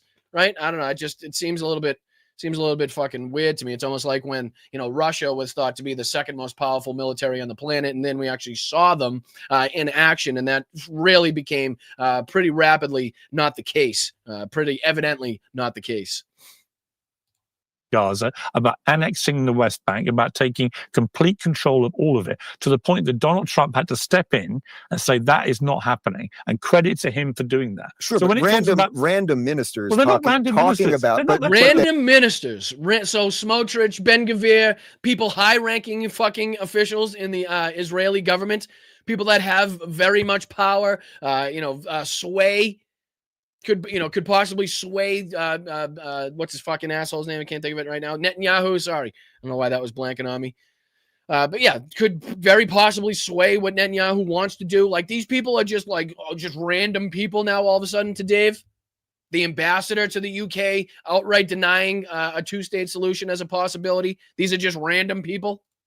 Senior people in the government. No. But them talking about things is different. I mean, I hear that a lot. He hasn't made, I don't know if you've noticed in this, but he hasn't made one substantive argument. Not a single substantive argument in this fucking entire conversation that we've been listening to in this time yet. He either just has a ridiculously short-sighted and ignorant response and goes on to the next question, which, what is this answer here? What is this? Random ministers talking about. It's called out. He says random ministers. Pierce rightly calls him out and says these are high-ranking people inside of the Israeli government. Okay. Dave's response is, well, them talking about things is different than, and never finishes his thought and then wants to go on to the next because he knows he's fucking caught here. People in the government. No. But them talking about things is different. I mean, I hear that a lot. But is there literally? Can you name one Palestinian leader, either Fatah or Hamas, that isn't for a complete genocide? Is there one? But what we're talking about now is the actions of the Israeli government, the statements, the rhetoric of the Israeli government. You see how he wants to turn the tables and, okay, instead of talking about Smotrich and Ben-Gvir and Netanyahu, let's talk about, the actions and the rhetoric coming from the other side. So we can, don't look over here. Let's look over here. Let's look over here. The same thing that they try to get you to do with the Epstein files, right? With everything else that they're fucking trying to hide, with Donald Trump's actions on the fucking economy, with his actions on tariffs. Don't look over here, folks. Look over there. We're going to talk about Joe Biden's auto pen in a ballroom and shit. Let's talk about all. Don't look over here, folks. There isn't in for a complete genocide. Yeah, of the Israeli people. Is there one? Can you name one Palestinian leader that isn't for a complete genocide of every we under Jew? no illusion of what I think about Hamas, for example. I think Hamas are a despicable terror group. But so what would its proportional response so my be? point, my point is this. You have a unique population in Gaza where half of them are under 18. There is a unique proportion of kids in this part of the world, right? So at what point do you try and find a different way to resolve this? It turned out that Donald Trump found a different way to do it, right? Donald Trump did not. You can tell how he's, always going to be a Trump bootlicker, a Trump ass kisser, because as like good as he's been on this situation in calling out Dave Rubin's bullshit, like he's still not willing to go the extra mile, still not willing to go the extra mile in telling everybody that he does actually live in reality and that what's going on right now does not amount to a ceasefire. And what Donald Trump did was, just give Netanyahu ample more time to kill more people, while shaking his hand and treating him to dinners at the White House and all this bullshit. So again, if you think Israel was responsible for committing all of those crimes and the genocide and the starvation, you don't have an issue. You're still gonna you're gonna praise Donald Trump for having dinner with this guy for again not stepping up earlier, for not doing anything and allowing him to continue this on for 10, 11 months and still to this day while doing it under the guise of a ceasefire. Again, still not, you can tell how the cult will not fully leave the bloodstream of these people, as much as they're trying to detach themselves. It's going to be a long time before that's fully out of the system. Not agree with Israel continuing to just level Gaza to the floor. He did not agree with Ben-Gvir and Smotrich. He did, which is why he wanted to build Trump Plaza Gaza, which is why he continuously said he wanted to build it into this fucking Las Vegas style, Riviera style, casino strip, right? He wanted to remove them and put them in the fucking desert. We don't forget about all this, Pierce. We don't forget that he said all this. You may think that we do, and you may, be playing on the fact that Dave Rubin's fan base here is stupid, ignorant, and in the cult too.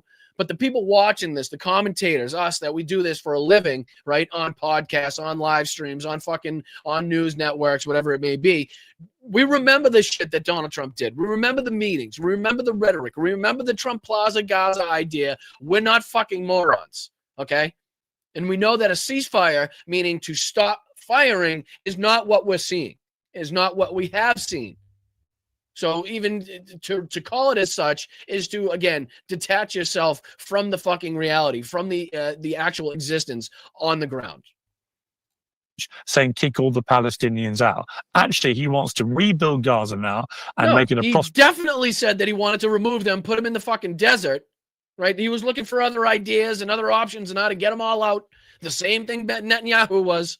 First place for Gazans to live, right? But he also wants a two-state solution, which I don't think Netanyahu wants in a million years, right? Well, so, I don't know that Trump wants a two-state solution. Well, I think I think ultimately, if he could achieve it where you can protect the security of Israelis, he would. Yeah, because it's the only way this ever gets resolved. Yeah, I don't agree with that. Well, the Palestinians already have a state. It's called Jordan. They have the majority Palestinian population there. The Palestinians already have a state, and it's called Jordan. Now, he's probably not really up on, again, the history of the area and how long Palestine has been a thing. But again, why he's considering Jordan to be the Palestinians, the Gazans' fucking territory is again beyond me. Just because Muslims ruled over in a actual apartheid by the Hashemite look king, at Northern but Ireland. nobody wants to talk about that. How right? do you, this is how people in Northern Ireland used to talk, right? Yeah. On both sides, you'd have implacable positions. We can never do peace with these people. They're terrorists. They'd all the loyalists and the IRA call themselves terrorists for 7 decades, right? And eventually, you had new clear thinking by Bill Clinton, by Tony Blair, by Senator Mitchell, and we managed to get to peace that nobody thought was achievable amongst warring people who lived amongst each other. Sure, but how many? Very similar. How many times to should the the Gaza-Israel border? But how many times should the Israelis offer peace? I'm sure you're well aware that Bill Clinton says his biggest failing was getting Arafat. How many times should they again go against the peace agreements? How long should they again? I don't know. Be funding Hamas in order to keep the instability in the region so that Netanyahu could stay in power? We might as well ask all the questions, Dave. If we're going to ask the questions, let's ask them fucking all, brother. Not and I think Arafat, they've been offered 10 times. Arafat should have taken that deal. Yeah. I'm completely with Bill Clinton. So, but again, what is a proportionate response? I don't know. So what would you demand if your wife was if I'm murdered? An Israeli, so here's my question: if I'm an Israeli, or if I'm a Jew living out of Israel around the world, right? And I was in New York recently. More Jews live in New York than live any Jewish community outside of Tel Aviv. I've read not much longer. Huh? Not much longer. We'll see. They're going to move here. Yeah, he's talking about the Mamdani win. He's trying to say, again, to not live in reality, to not look at the numbers and the statistics and the percentages of Jewish voters inside of New York City that actually voted for Mamdani, right? Just continue, we'll push that out to the side. Let's just completely forget about that. And we're gonna talk about how the entire Jewish population is now moving out of New York City, I guess, according to Dave Rubin. I look at it, I think, do they feel safer by what's happened, or do they feel less And this safe? is a great point here, too. We'll end on this one as far as this clip is concerned, because they go on for a little bit. There's actually one more pod here that looks like it's been kind of replayed a little bit. So after this, we'll play that. But this is a great point. You know what I mean? And I think he's 100% right. I think he's seen now, and he's talking about at least how the Jewish population in these places, Jewish people on the whole, feel less safe. Right, feel like people dislike not only them, but them as a result of what the Israeli government is doing. Right, so we've seen the anti-Semitism on the rise. The same thing with fucking anti-Muslim hate, anti-Arab hate. Right, so fucking we've seen all of that on the rise. But you can make a very strong case. Just like we're seeing the numbers of people supporting Israel on the right is going down and down and down and down. The same thing is happening around the world in different countries, not just the United States, where people are now looking at Israel as, almost like a terrorist state, right? I mean, not almost, but a terrorist state committing genocide upon the Palestinian people. And that's having an effect on the way that these people are viewed around the world and perceived around the world. So it's only had a negative impact, which is the point that, Pierce is bringing up here. I would argue that the conduct and the way that the Israeli government has waged this war, particularly this year, has actually inflamed hatred of the Israeli government, but also, by association, Israel, Israelis, and Jewish people. I don't think there's any denying that. I think there's statistics to prove that. There's reporting to prove that. You can see fucking on again in the MAGA base, more and more people coming out against it. You've heard for a long time people on the left, people around the world, rightly criticizing and calling out the government of Israel, right? The IDF, Netanyahu, Smotrich, Ben-Gvir. So it's nothing new, but these people they seem to be coming around to it. At least Piers Morgan, Dave Rubin still living in an alternate universe, alternate reality. But yeah, I'm going to dive into this just last part here that looks like it was a replayed part, and then we'll dive into some of the updates going on in the front lines in Pokrovsk and other areas. We'll take a look at the deep state map as long as a couple other maps. And we'll see if we can end on that. All right. I appreciate it. Let's dive into just this last part here of Piers Morgan and Dave Rubin talking about Israel and Palestine. And again, Dave Rubin just absolutely getting eviscerated here, making himself look like a total tit. They can't have power. The argument now is about whether they should give up their arms. I believe they should be compelled to do that. The unanswered question is, will they do that? And who's going to put the most pressure on them to do it? I hope that it's a concerted effort by the United States and by the Arab leaders around the area who say to Hamas, you've got to give up your arms. Then you have the opportunity in Gaza for a peaceful resolution. But I think Israel will look back. I bet a lot of Israelis. So a lot of Israelis and Jews in the last few months who felt that I've been absolutely right in what I've said. Not all. I've met others who said, the same questions you're asking me. I think they're perfectly valid questions. I'm very happy to debate them. But don't be under any illusion there aren't a lot of Israelis and Jews who agree with me that the Israeli government, which is a hard right government, Smotrich and Ben-Gvir are not just right-wing, they're absolute far-right headbangers. But meaning what? Meaning what? They have meaning what? They want to meaning they're genocidal freaks. They want to ethnically cleanse, and they've openly said so.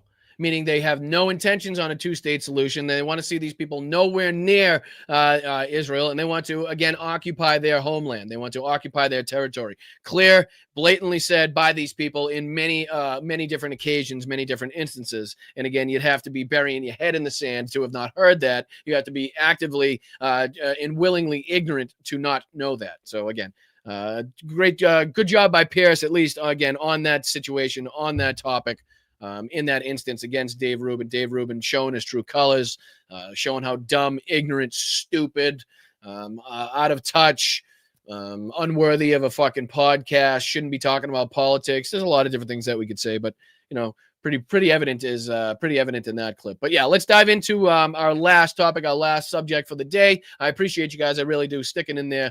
Thank you so much for your time and your passion. Thank you so much for defending democracy. Thank you so much for your aggression as well. So being so passionate and out there, and whether it's on Blue Sky, whether it's on Instagram, whether it's on Facebook, Twitter, YouTube, just actively supporting and defending democracy to the best of your ability. And I really do appreciate you guys, whether it be the mods for fighting in my chat, for fighting in other people's chats as well, to make sure that those chats remain a safe place for people to engage in dialogue, or just, you guys, the regular members, the regular people that are here day in and day out, showing support for this channel. You can send a Venmo up here if you're in the financial position to do so. You can sign up for a channel membership just underneath me. Hit that join button. You can also sign up at patreon.com/BostonBrian. We got several different levels on there. You can check out. We have VIP. You can check out the Zooms that we have each month that kind of put you face to face in the same room, let you engage and see who's behind the screen names in the chat. It gives you a little more in-depth knowledge, a little bit more intimate contact with the people in the chat. So sign up at patreon.com. Again, if you're in the financial position to do so. If you're not, don't worry about it. I know they're tough times, uncertain times that we live in right now. Everybody's fighting paycheck to paycheck. So again, if you're in that position, I 100% completely understand. Just do the free stuff. Like, share, subscribe. That stuff's 100% free. Doesn't cost you $1. Doesn't cost you a red cent, and it goes a long way in showing the algorithm that you enjoy the content, and maybe it shows it and spreads it out there to people that may not have been aware of the show before. So I do appreciate you guys. Thank you so much to everybody in the chat. Again, let's dive into this Preston Stewart video. This is titled "Russia Advances as Putin and Trump Plan Business Deals." And again, we'll just look at the first couple minutes of this. We'll dive into a couple of the maps, because a little bit of discrepancy that I've seen. Maybe we'll show this before I dive into the video. Maybe he'll give us some more answers, but a little bit of discrepancy. All right. So this is the deep state map that we've been looking at. Let me zoom out here. Let me get my bearings. Here's the Dnipro. So we'll be in this area here. But what's going on is kind of, I don't know if this just hasn't been updated, if it's still to be worked on, if people are on vacation, or what's going on. I'm not 100% sure. Here we go. But this is still kind of showing the same thing that it's been showing. Let me put this on the screen for you guys. My apologies. Put this on the screen there. But this is kind of showing the same pretty much territorial gains, territorial holdings that it has been the last few days. So I'll even go back to my birthday, the 25th, right? So you can see not much change as depicted, and I'll get out of the way so you guys can see the full thing, but not much depicted here as far as movement on the deep state map. I'm going through the days here. This is now up to date, and you can still see this gap purported here in the area that is being fought over. Again, that gray area is kind of uncertain area, not held by either side, being actively fought over, red being Russia. Again, so, but if you go to this, map here that we also look at, this actually does show, and we zoom on Pokrovsk, and I'll show you here. See this Pokrovsk? This is what I always get stuck on. It's Pokrovsk with an E. And then there's Pokrovsk here that we look at. But this shows a full encirclement, as you can see.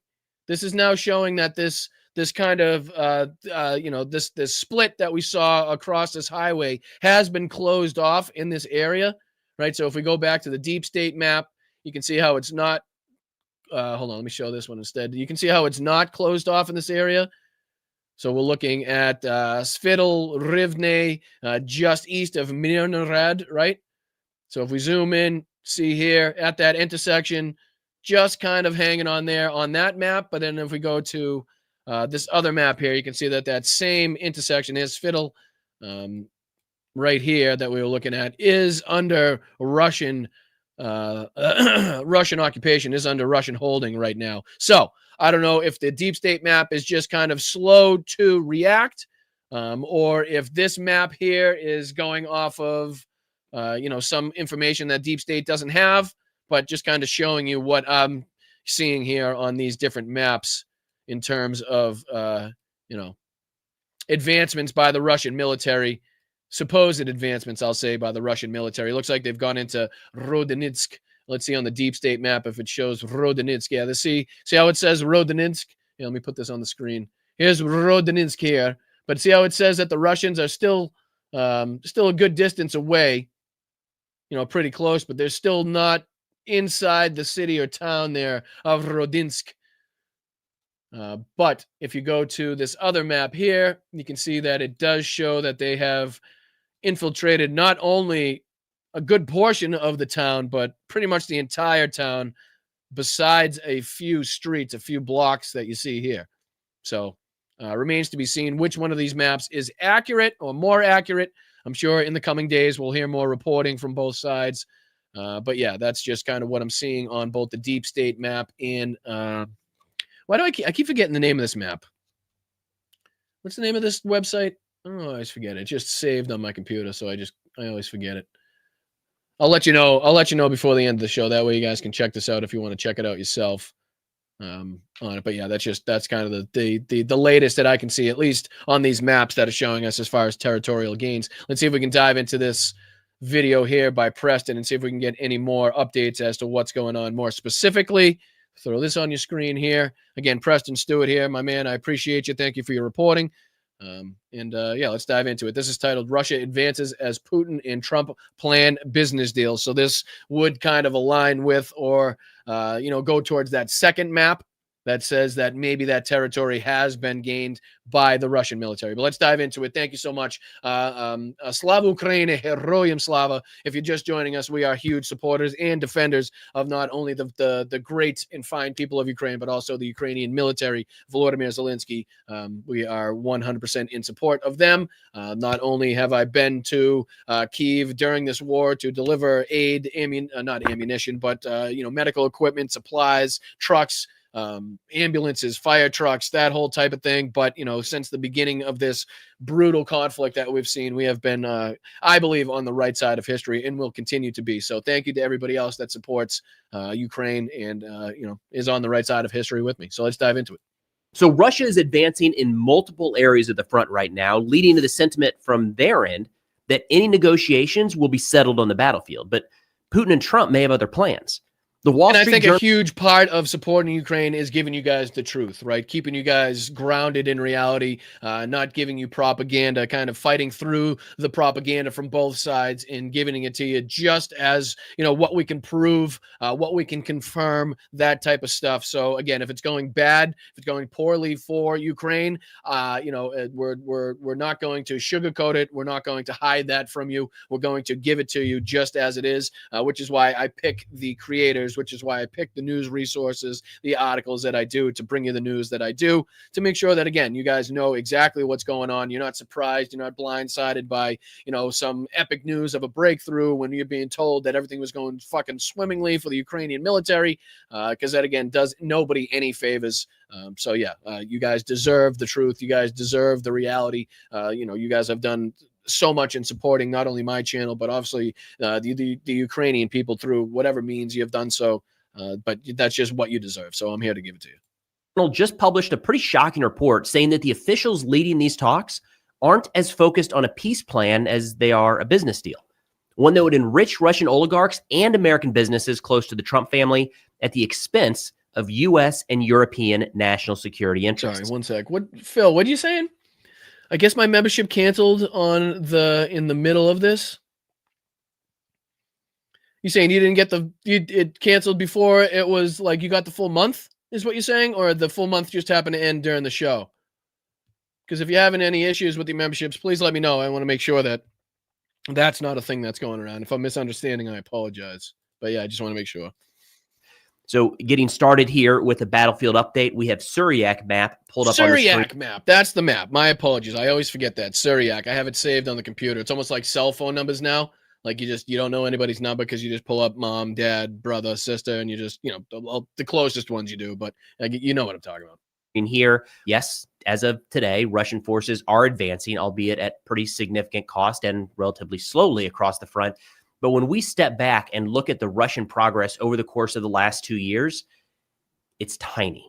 Very, very. That's a good point, too. That's a good point, too. Something that we, rarely kind of point out and probably should on a bigger point. Like if we zoom out, right, And people love to say, how fucking overwhelmingly, active and fucking better equipped or whatever the hell the original talking points were about the Russian military, and how they were supposed to be in Kyiv in 72 hours. I mean, you can see here, throughout the entirety of this war, if we zoom out and look at the borders of Ukraine and the territory held by the Russians, right, and the numbers of dead, the numbers of vehicles and missiles and equipment they've lost.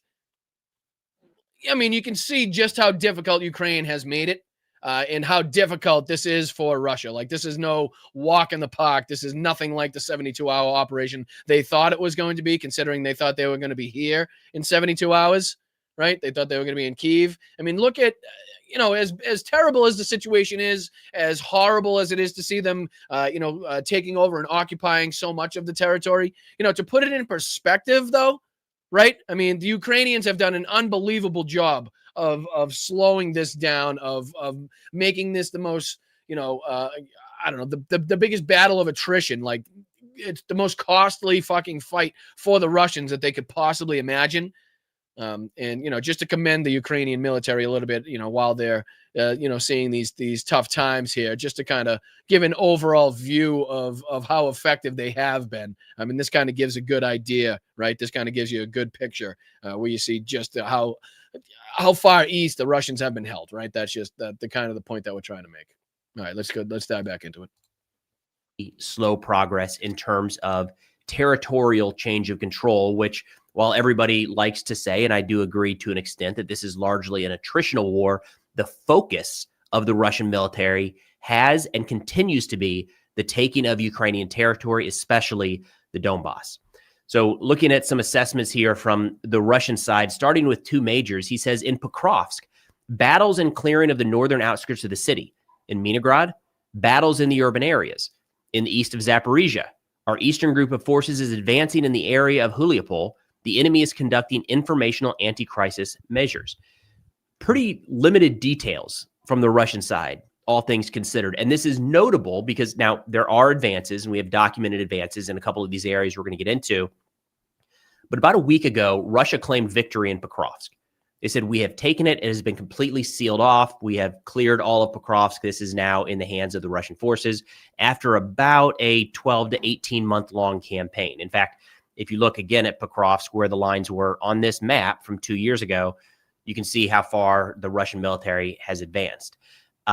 There was some skepticism here that maybe they claimed that early and forced the reallocation of Russian units elsewhere along the front, maybe to Huliopol or even to the east, limiting Russia's ability to kind of expand or exploit the limited foothold they had in Pokrovsk. Given the very minimal details we're seeing from the Russian side around this fight and elsewhere right now, I think there might be some validity to that. Now, turning to the Ukrainian assessments here, starting in Pokrovsk with the 25th Airborne Brigade, they say the defense forces are holding back Russian troops along the entire contact line in the area of responsibility of the 7th Corps of the Air Assault Forces. Weather conditions are complicating the defense of Pokrovsk. Dense fog has that's something that we could talk about too. We continuously are bringing up how, like, the cloud cover, the fog in the area has been, hindering drone activities and stuff, and has allowed the Russian advance, kind of cover on there. So this deep state map, which is pretty good because you can look at the weather in the area as well. So if we go to the weather here, let it load up, and then we could type in, we could load up the cloud cover if it's going to load at any point. Now that I want it to, it's probably not going to. Come on. Anybody? Why won't it do it? Now it's going to make me look like an idiot? Well, usually what it allows you to do is to look up the different weather, the wind, the rain, the fog, the cloud cover. I don't know why it's not allowing me to right now. Never really done that before. Let me see if I can do it again. Refresh, weather. Come on. There you go. There you go. All right. So this is obviously, you can see precipitation, temp, and wind speed. You can see, let's see here if we can do, I think this is, the cloud cover. So you can see how cloudy it is and how much the fog has been a problem in that area. So, sometimes that these different aspects that you're not looking at on a map, whether it's raining, whether it's foggy, kind of have a huge impact on what happens on the battlefield. So yeah, that's why I kind of like this deep state map. But again, the discrepancy between what's happening in the deep state map and then this Syriac map is pretty clear. So again, remains to be seen. We'll see in the reporting in the coming days what the reporting is from both the Ukrainians and the Russians, and see if we can come somehow, get to the center of both of those things and get to the truth. But yeah, let's put this back on. Significantly limited the work of aerial reconnaissance and the ability to timely detect and strike the enemy. Let me see. He goes on to talk about an attack that was undertaken way behind the lines of the Russians here. Let me see if I can fast forward just a second, because this is something, that goes against not probably, but goes against the Russian propaganda of, having removed and cleared all of this area and territory of the Ukrainian military or the Ukrainians in that area, because he goes on to talk about an attack, a strike here, which killed, I think, about 30 Russians. That was well behind the front lines, well behind the area in which Russia, held the territory here. MIGAR released, the MIGAR birds released some footage showing an area. In fact, we'll go to the map here real quick to show you where it is. It's in, let me make sure I have Novotoretsky. So on this map, right here, this red area, in fact, it was geolocated just to the south here at this intersection right here. Now, the footage is pretty graphic in that it shows about 30 Russian bodies stacked up in this very small, I think the drone footage is about right here. And you see about 30 Russian bodies in this small area. I'll have the video linked in the description below. It's published on my X account as well. YouTube's not going to like. So let me see if I can find it on here. So I think it's right. This intersection right here, if I'm not mistaken, is the same one that he has up. I do believe. So this is the one that he's showing. This is the one that I think I got on mine. So yeah, that's the same exact one right here. But you can see just how far behind the lines this is, right? So I'll keep the mouse where the strike was. I mean, you can see pretty far behind, good few kilometers. I think we can do distance on the deep state map. So let me see if I can do it that way. Let's go into this area here, which was Novotoretsk right here. So it looks like this. So let's see if I can do the ruler, which is pretty cool. So you can do from here to where the front lines are. Oh, sorry. That strike was about right here. So that is a distance of 4.5 kilometers, 4.35 kilometers to the nearest point of the front lines, at least when that attack happened. It could be anywhere from about 7 kilometers or, even further on, depending on where they were. That's about 9 kilometers away. So that you can see the distance that we're talking about. Even if they were in Rodinsk, they're about 10 kilometers away. So, a pretty good stretch behind the lines there to be taking out 30 or so Russians. But, just to kind of give you an idea of where that was taking place. Like a bunch of stacked up Russian bodies. But nonetheless, it shows the cost of Russia trying to just continually push forward. And in that clip, we see 2 Russian soldiers trying to move through this same area once again and being killed. Now, another note is that I'm going to kind of focus in on this area. This is an area a good ways back from the front.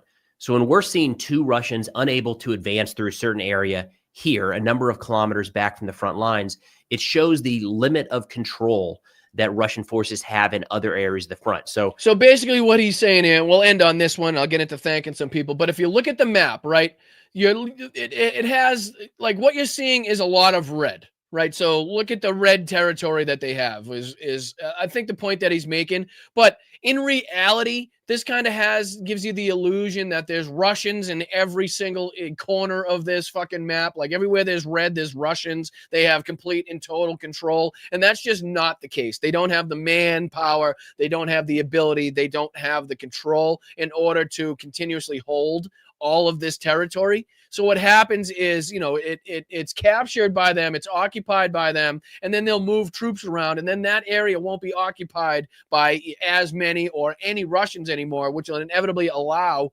if they're in the area, the Ukrainians to move in, conduct missions, conduct, attacks and stuff like that.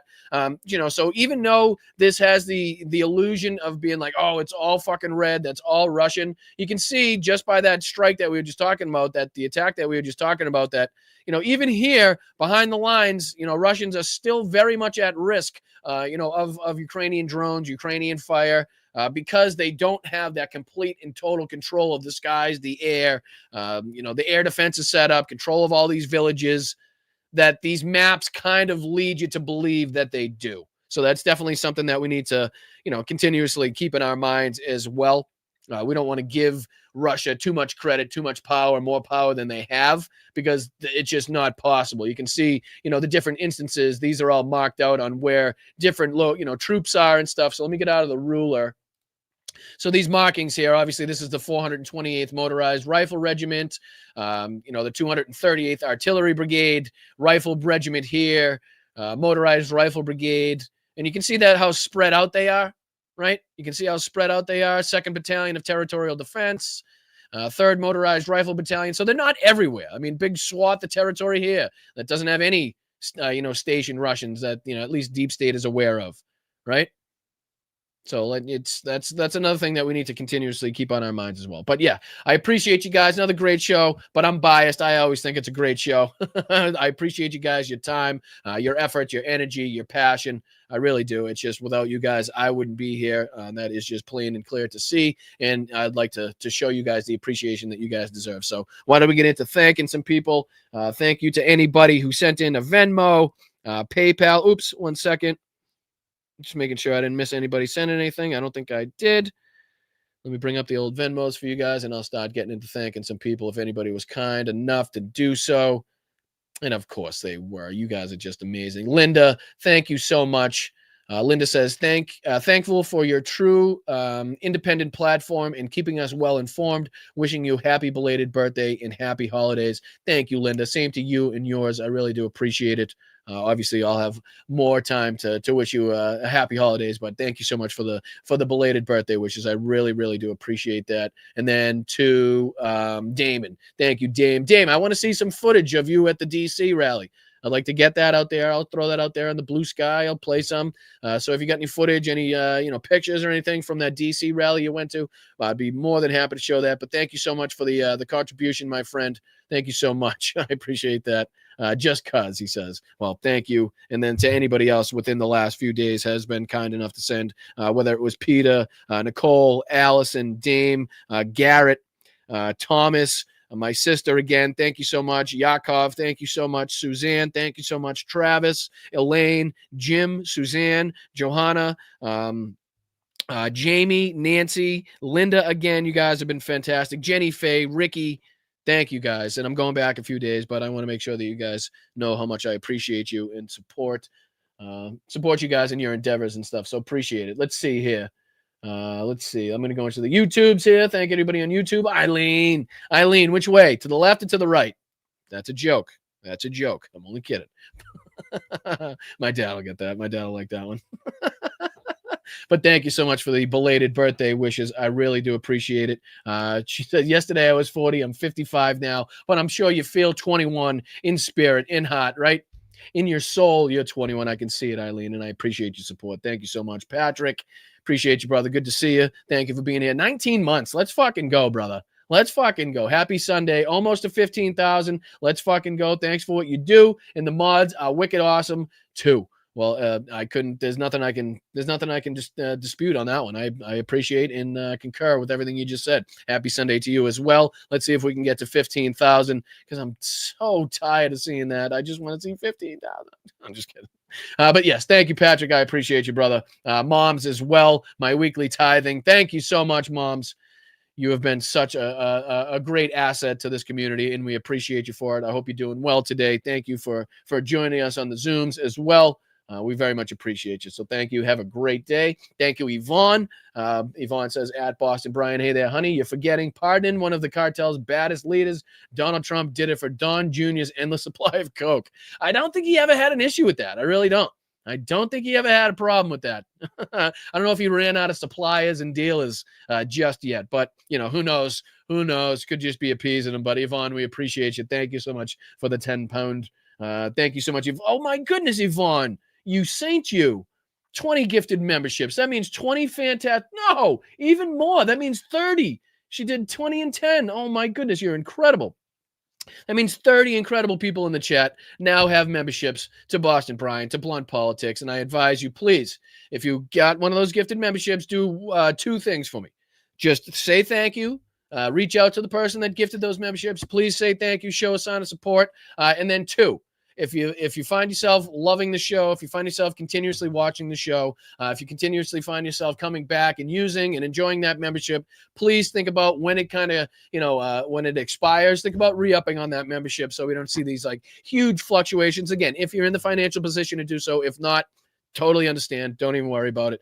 Do all the free stuff, and that would go just as far, just as long to help this show. So thank you so much, Yvonne, for all of that. You are just fantastic. All the information you send me, all the clips, all the laughs you give me, you are hilarious, and we appreciate you here at Blunt Politics. Thank you, Marsha, as well. Sorry having to use voice text more tomorrow. Sorry having to use voice to text more tomorrow. I do be confused on that one. I don't know what you mean. Don't say sorry to me. Don't apologize to me. Whatever you got to do, whatever's more comfortable, whatever's easiest for you. I appreciate you, Marsha, and your contributions and your beautiful little kitty cat that you got.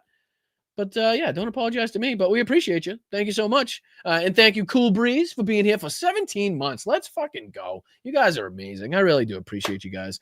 Just supporting a channel for that long, supporting independent creators. It shows a lot about you guys, and I really do appreciate it. So Cool Breeze, from me to you, thank you so much. I appreciate you really, really, and truly. Veronica, let's go. Let's go. Soya Swearaja. Soya Swearaja.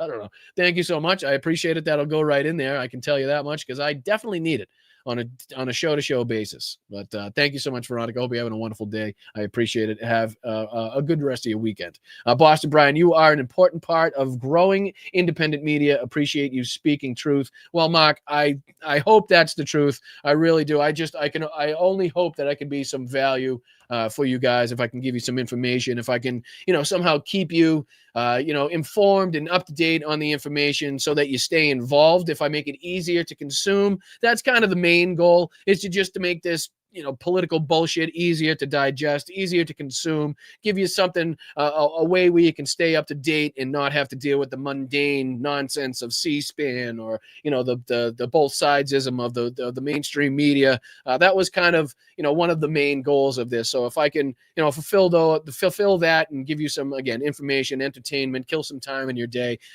give you a reason to stay involved, then, I feel like I'm doing my duty. I feel like I'm doing my job. So Mark, I appreciate you for bringing it up. I appreciate you words, dude, and thank you so much for your support. Really do appreciate it. Yvonne again, let's go. Let Dave Rubin keep talking trash. You wait until MAGA turn on his gay ass. I can say that. I have gay family members, so there. Well, they already did, Yvonne.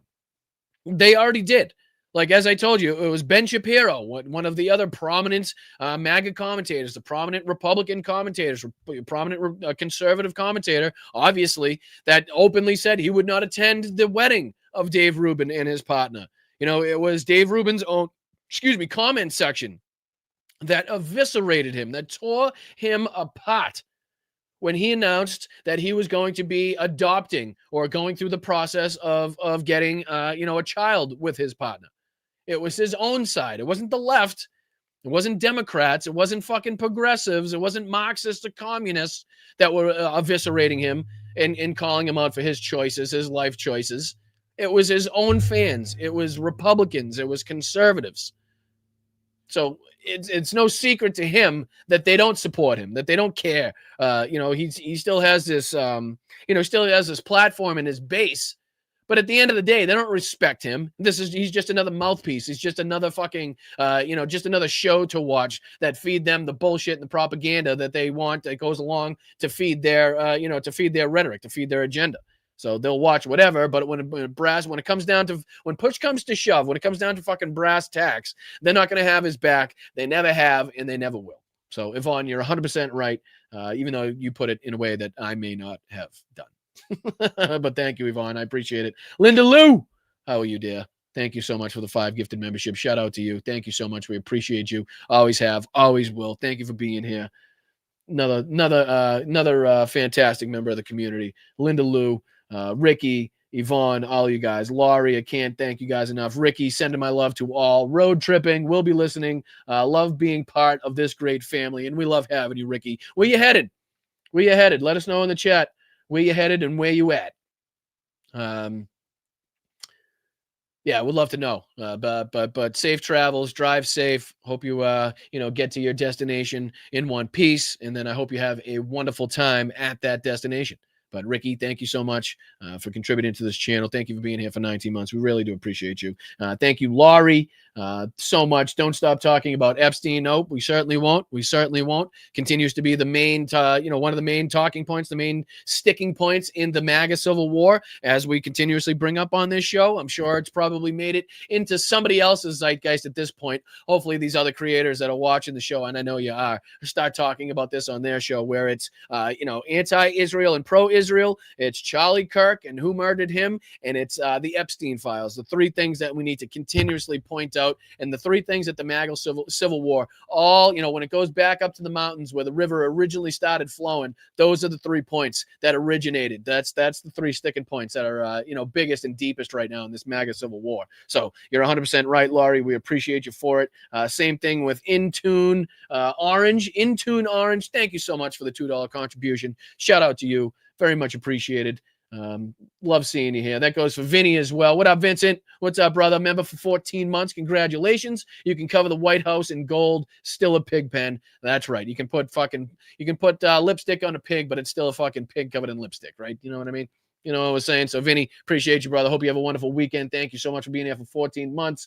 Who else? Yvonne, let's go. Big Dave from Yvonne. I wonder if Dave Rubin went on Grindr after. I bet he did, and hooked up with the Moses Mike Grinder. Come on, Boyd Johnson. Who is Closet K, the useless cretin? Jeez, fired up today, Yvonne. Yvonne's on one. I love it. Let's go. I love seeing people all fucking fired up and feisty. Yvonne, keep fighting. I love it. I love it. Thank you so much for your contribution. Same thing to Wes. Let's go, Wes, with the Ray Bork. Things are pretty busy in Ukraine right now. At least they don't have 10 inches of snow on the ground, although a blizzard might do them good. Not sure quite how to take that one. I'm pretty sure that they'd much rather a blizzard as in terms of what's actually going on in the country right now. But I can see how you think a blizzard might do them good, might hinder the Russian advance. So I see where you're going with that. I see where you're going with that, Wes. I appreciate the Ray Bork. We appreciate you. Never a dull moment when you're in the chat, and we appreciate you for it, dude. Thank you so much for your contributions. JD with the super sticker. Appreciate you, brother. Going right in the swear jar, as it always does. Thank you for your contributions. Peter! What's up, Peter? It's a bit like red states, all land, no people. Russia is allowing their personnel to die. Now over 1 million for some dirt. Right. I mean, just it's a great point. Not only that, but, in a country where these people are clearly willing to fight much more ferociously, let's say, than the Russians anticipated for that dirt, right? That not only is it, it's their dirt, and they're not going to give it up without a fight. So something that they should definitely take into account. But yeah, Peter, appreciate you, brother. Thank you so much for the $5. Thank you so much for the contribution. Let's see here. Flipper as well. Thanks for another great show, Brian. Thank you for you guys joining me on this show, because this show would be me talking in front of a computer to nobody if it wasn't for you guys in the chat. So Flipper, you guys are the heroes. You guys are, the main stars, the superstars of this chat, of this show are you guys. And that's just a fact. So I appreciate you all the more for it. Same thing with Ruben. Thank you as well, brother. Thank you for the contributions. Lady J, thank you so much, AKA Karen Ains. And I'm still here. Let's go. I know who you is. Thank you so much. And we'll see you at the next chat, the next Zoom. I appreciate you. Let's see here. Who's next? Jenny Faye, let's go. Hello, Brian, Mel, Logan, Pops, Mods, and Lobsters. Have a great week. I love all the great people in this community. Sending warm hugs to all. Right back at you, Jenny Faye, from everybody here, from my family to yours, from the chat here at Blunt Politics. Thank you so much for your contributions, and big hugs right back to you. Let's see here. Jenny Faye, again, 14 months. Let's go. 14 months under my belt. Proud Indiana Lobster. Let's fucking go. That's amazing. Just before we leave in the chat, let me know what state or what country you're watching from, please, so we can show everybody here that we're worldwide, that we are, supported from all over the country at least. But yeah, please let me know where you're watching from. Letting everybody else know in the chat where you're watching from. I appreciate you guys for doing it. Thank you so much. Thank you to the mods. First and foremost, you guys are incredible, have been incredible, and continue to be incredible. The time you spend, again, making sure that these, discussions and topics and debates can happen, it blows my mind. So thank you all to the mods, and thank you to everybody that engages in independent media. Thank you to everybody that engages in politics and stays on top of things, stays informed, stays based in reality, unlike Dave Rubin and all of these other freaks. And again, we'll keep our eyes on what's happening with the investigation into Pete Hegseth, the double tabs, the war crimes, the crimes against the Geneva Convention, the crimes against international law, the crimes against maritime law, so on and so forth. And we'll be here to report on it, right? So I appreciate it. I'll see you Tuesday on the Tuesday show. Make sure you hit that notification bell. I'll see you 2 o'clock Tuesday on the East Coast. That's 11 a.m. here on the West Coast. I really do appreciate you. I'm Boston Brian. This is Blunt Politics, and I will see you guys later. Did I miss anybody? Didn't miss anybody? All right, all the thank yous out there. All right, I got you. All right, thanks, guys. I appreciate it. Make sure you hit that like on the way out if you didn't do it already. If you found yourself liking what you're seeing, liking what you're hearing, it's your first time joining us, or first couple times joining us, think about hitting that subscribe button. It's free to do so, whether you're on Facebook, YouTube, Twitch, Instagram. Make sure you support the channel. All right, thank you, guys. I appreciate it. Venmo up in the corner. Sign up at Patreon. You can sign up for our YouTube membership. Ton of ways to support it if you're in the financial position to do so. So think about doing it. Thank you, guys. I'll see you Tuesday. All right, peace.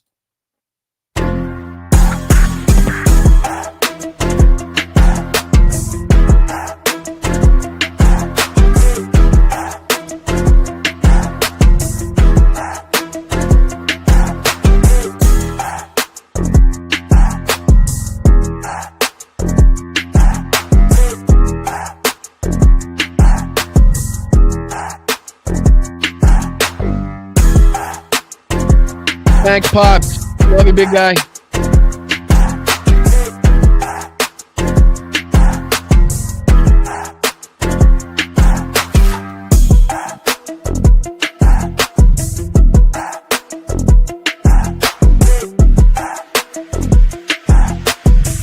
Oh, thanks, Jen. I really hate driving through Connecticut. Connecticut's terrible. Where are you in New Haven?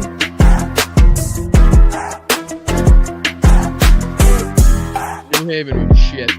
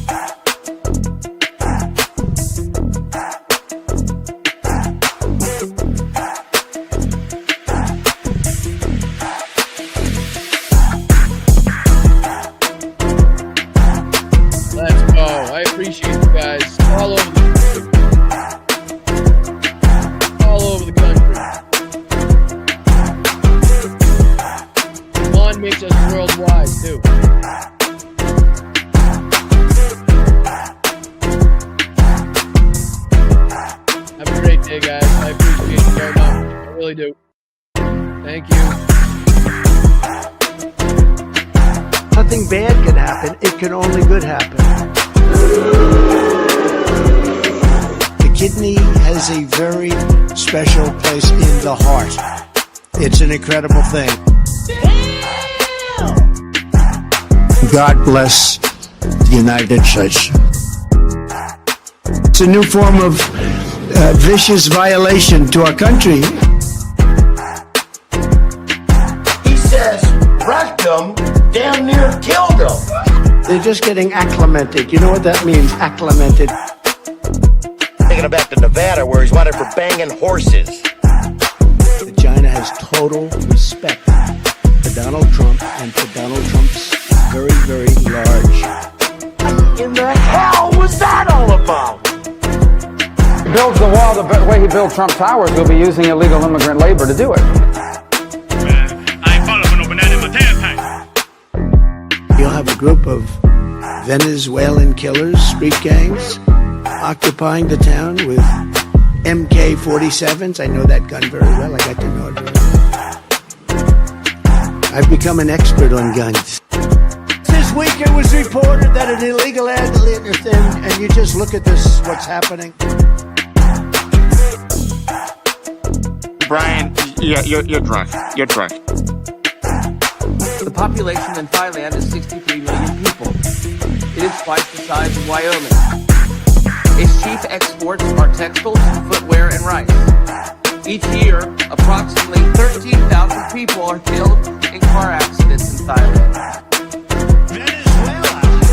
Did you just see Maduro? Venezuela. It's unbelievable. Shifting production to Thailand and to Vietnam. Our army manned the air. It ran the ramparts.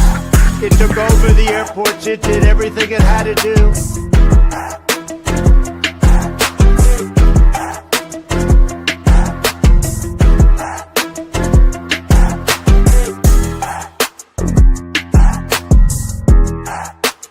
Thanks, guys. Have a good one. I'll see you Tuesday. Appreciate it.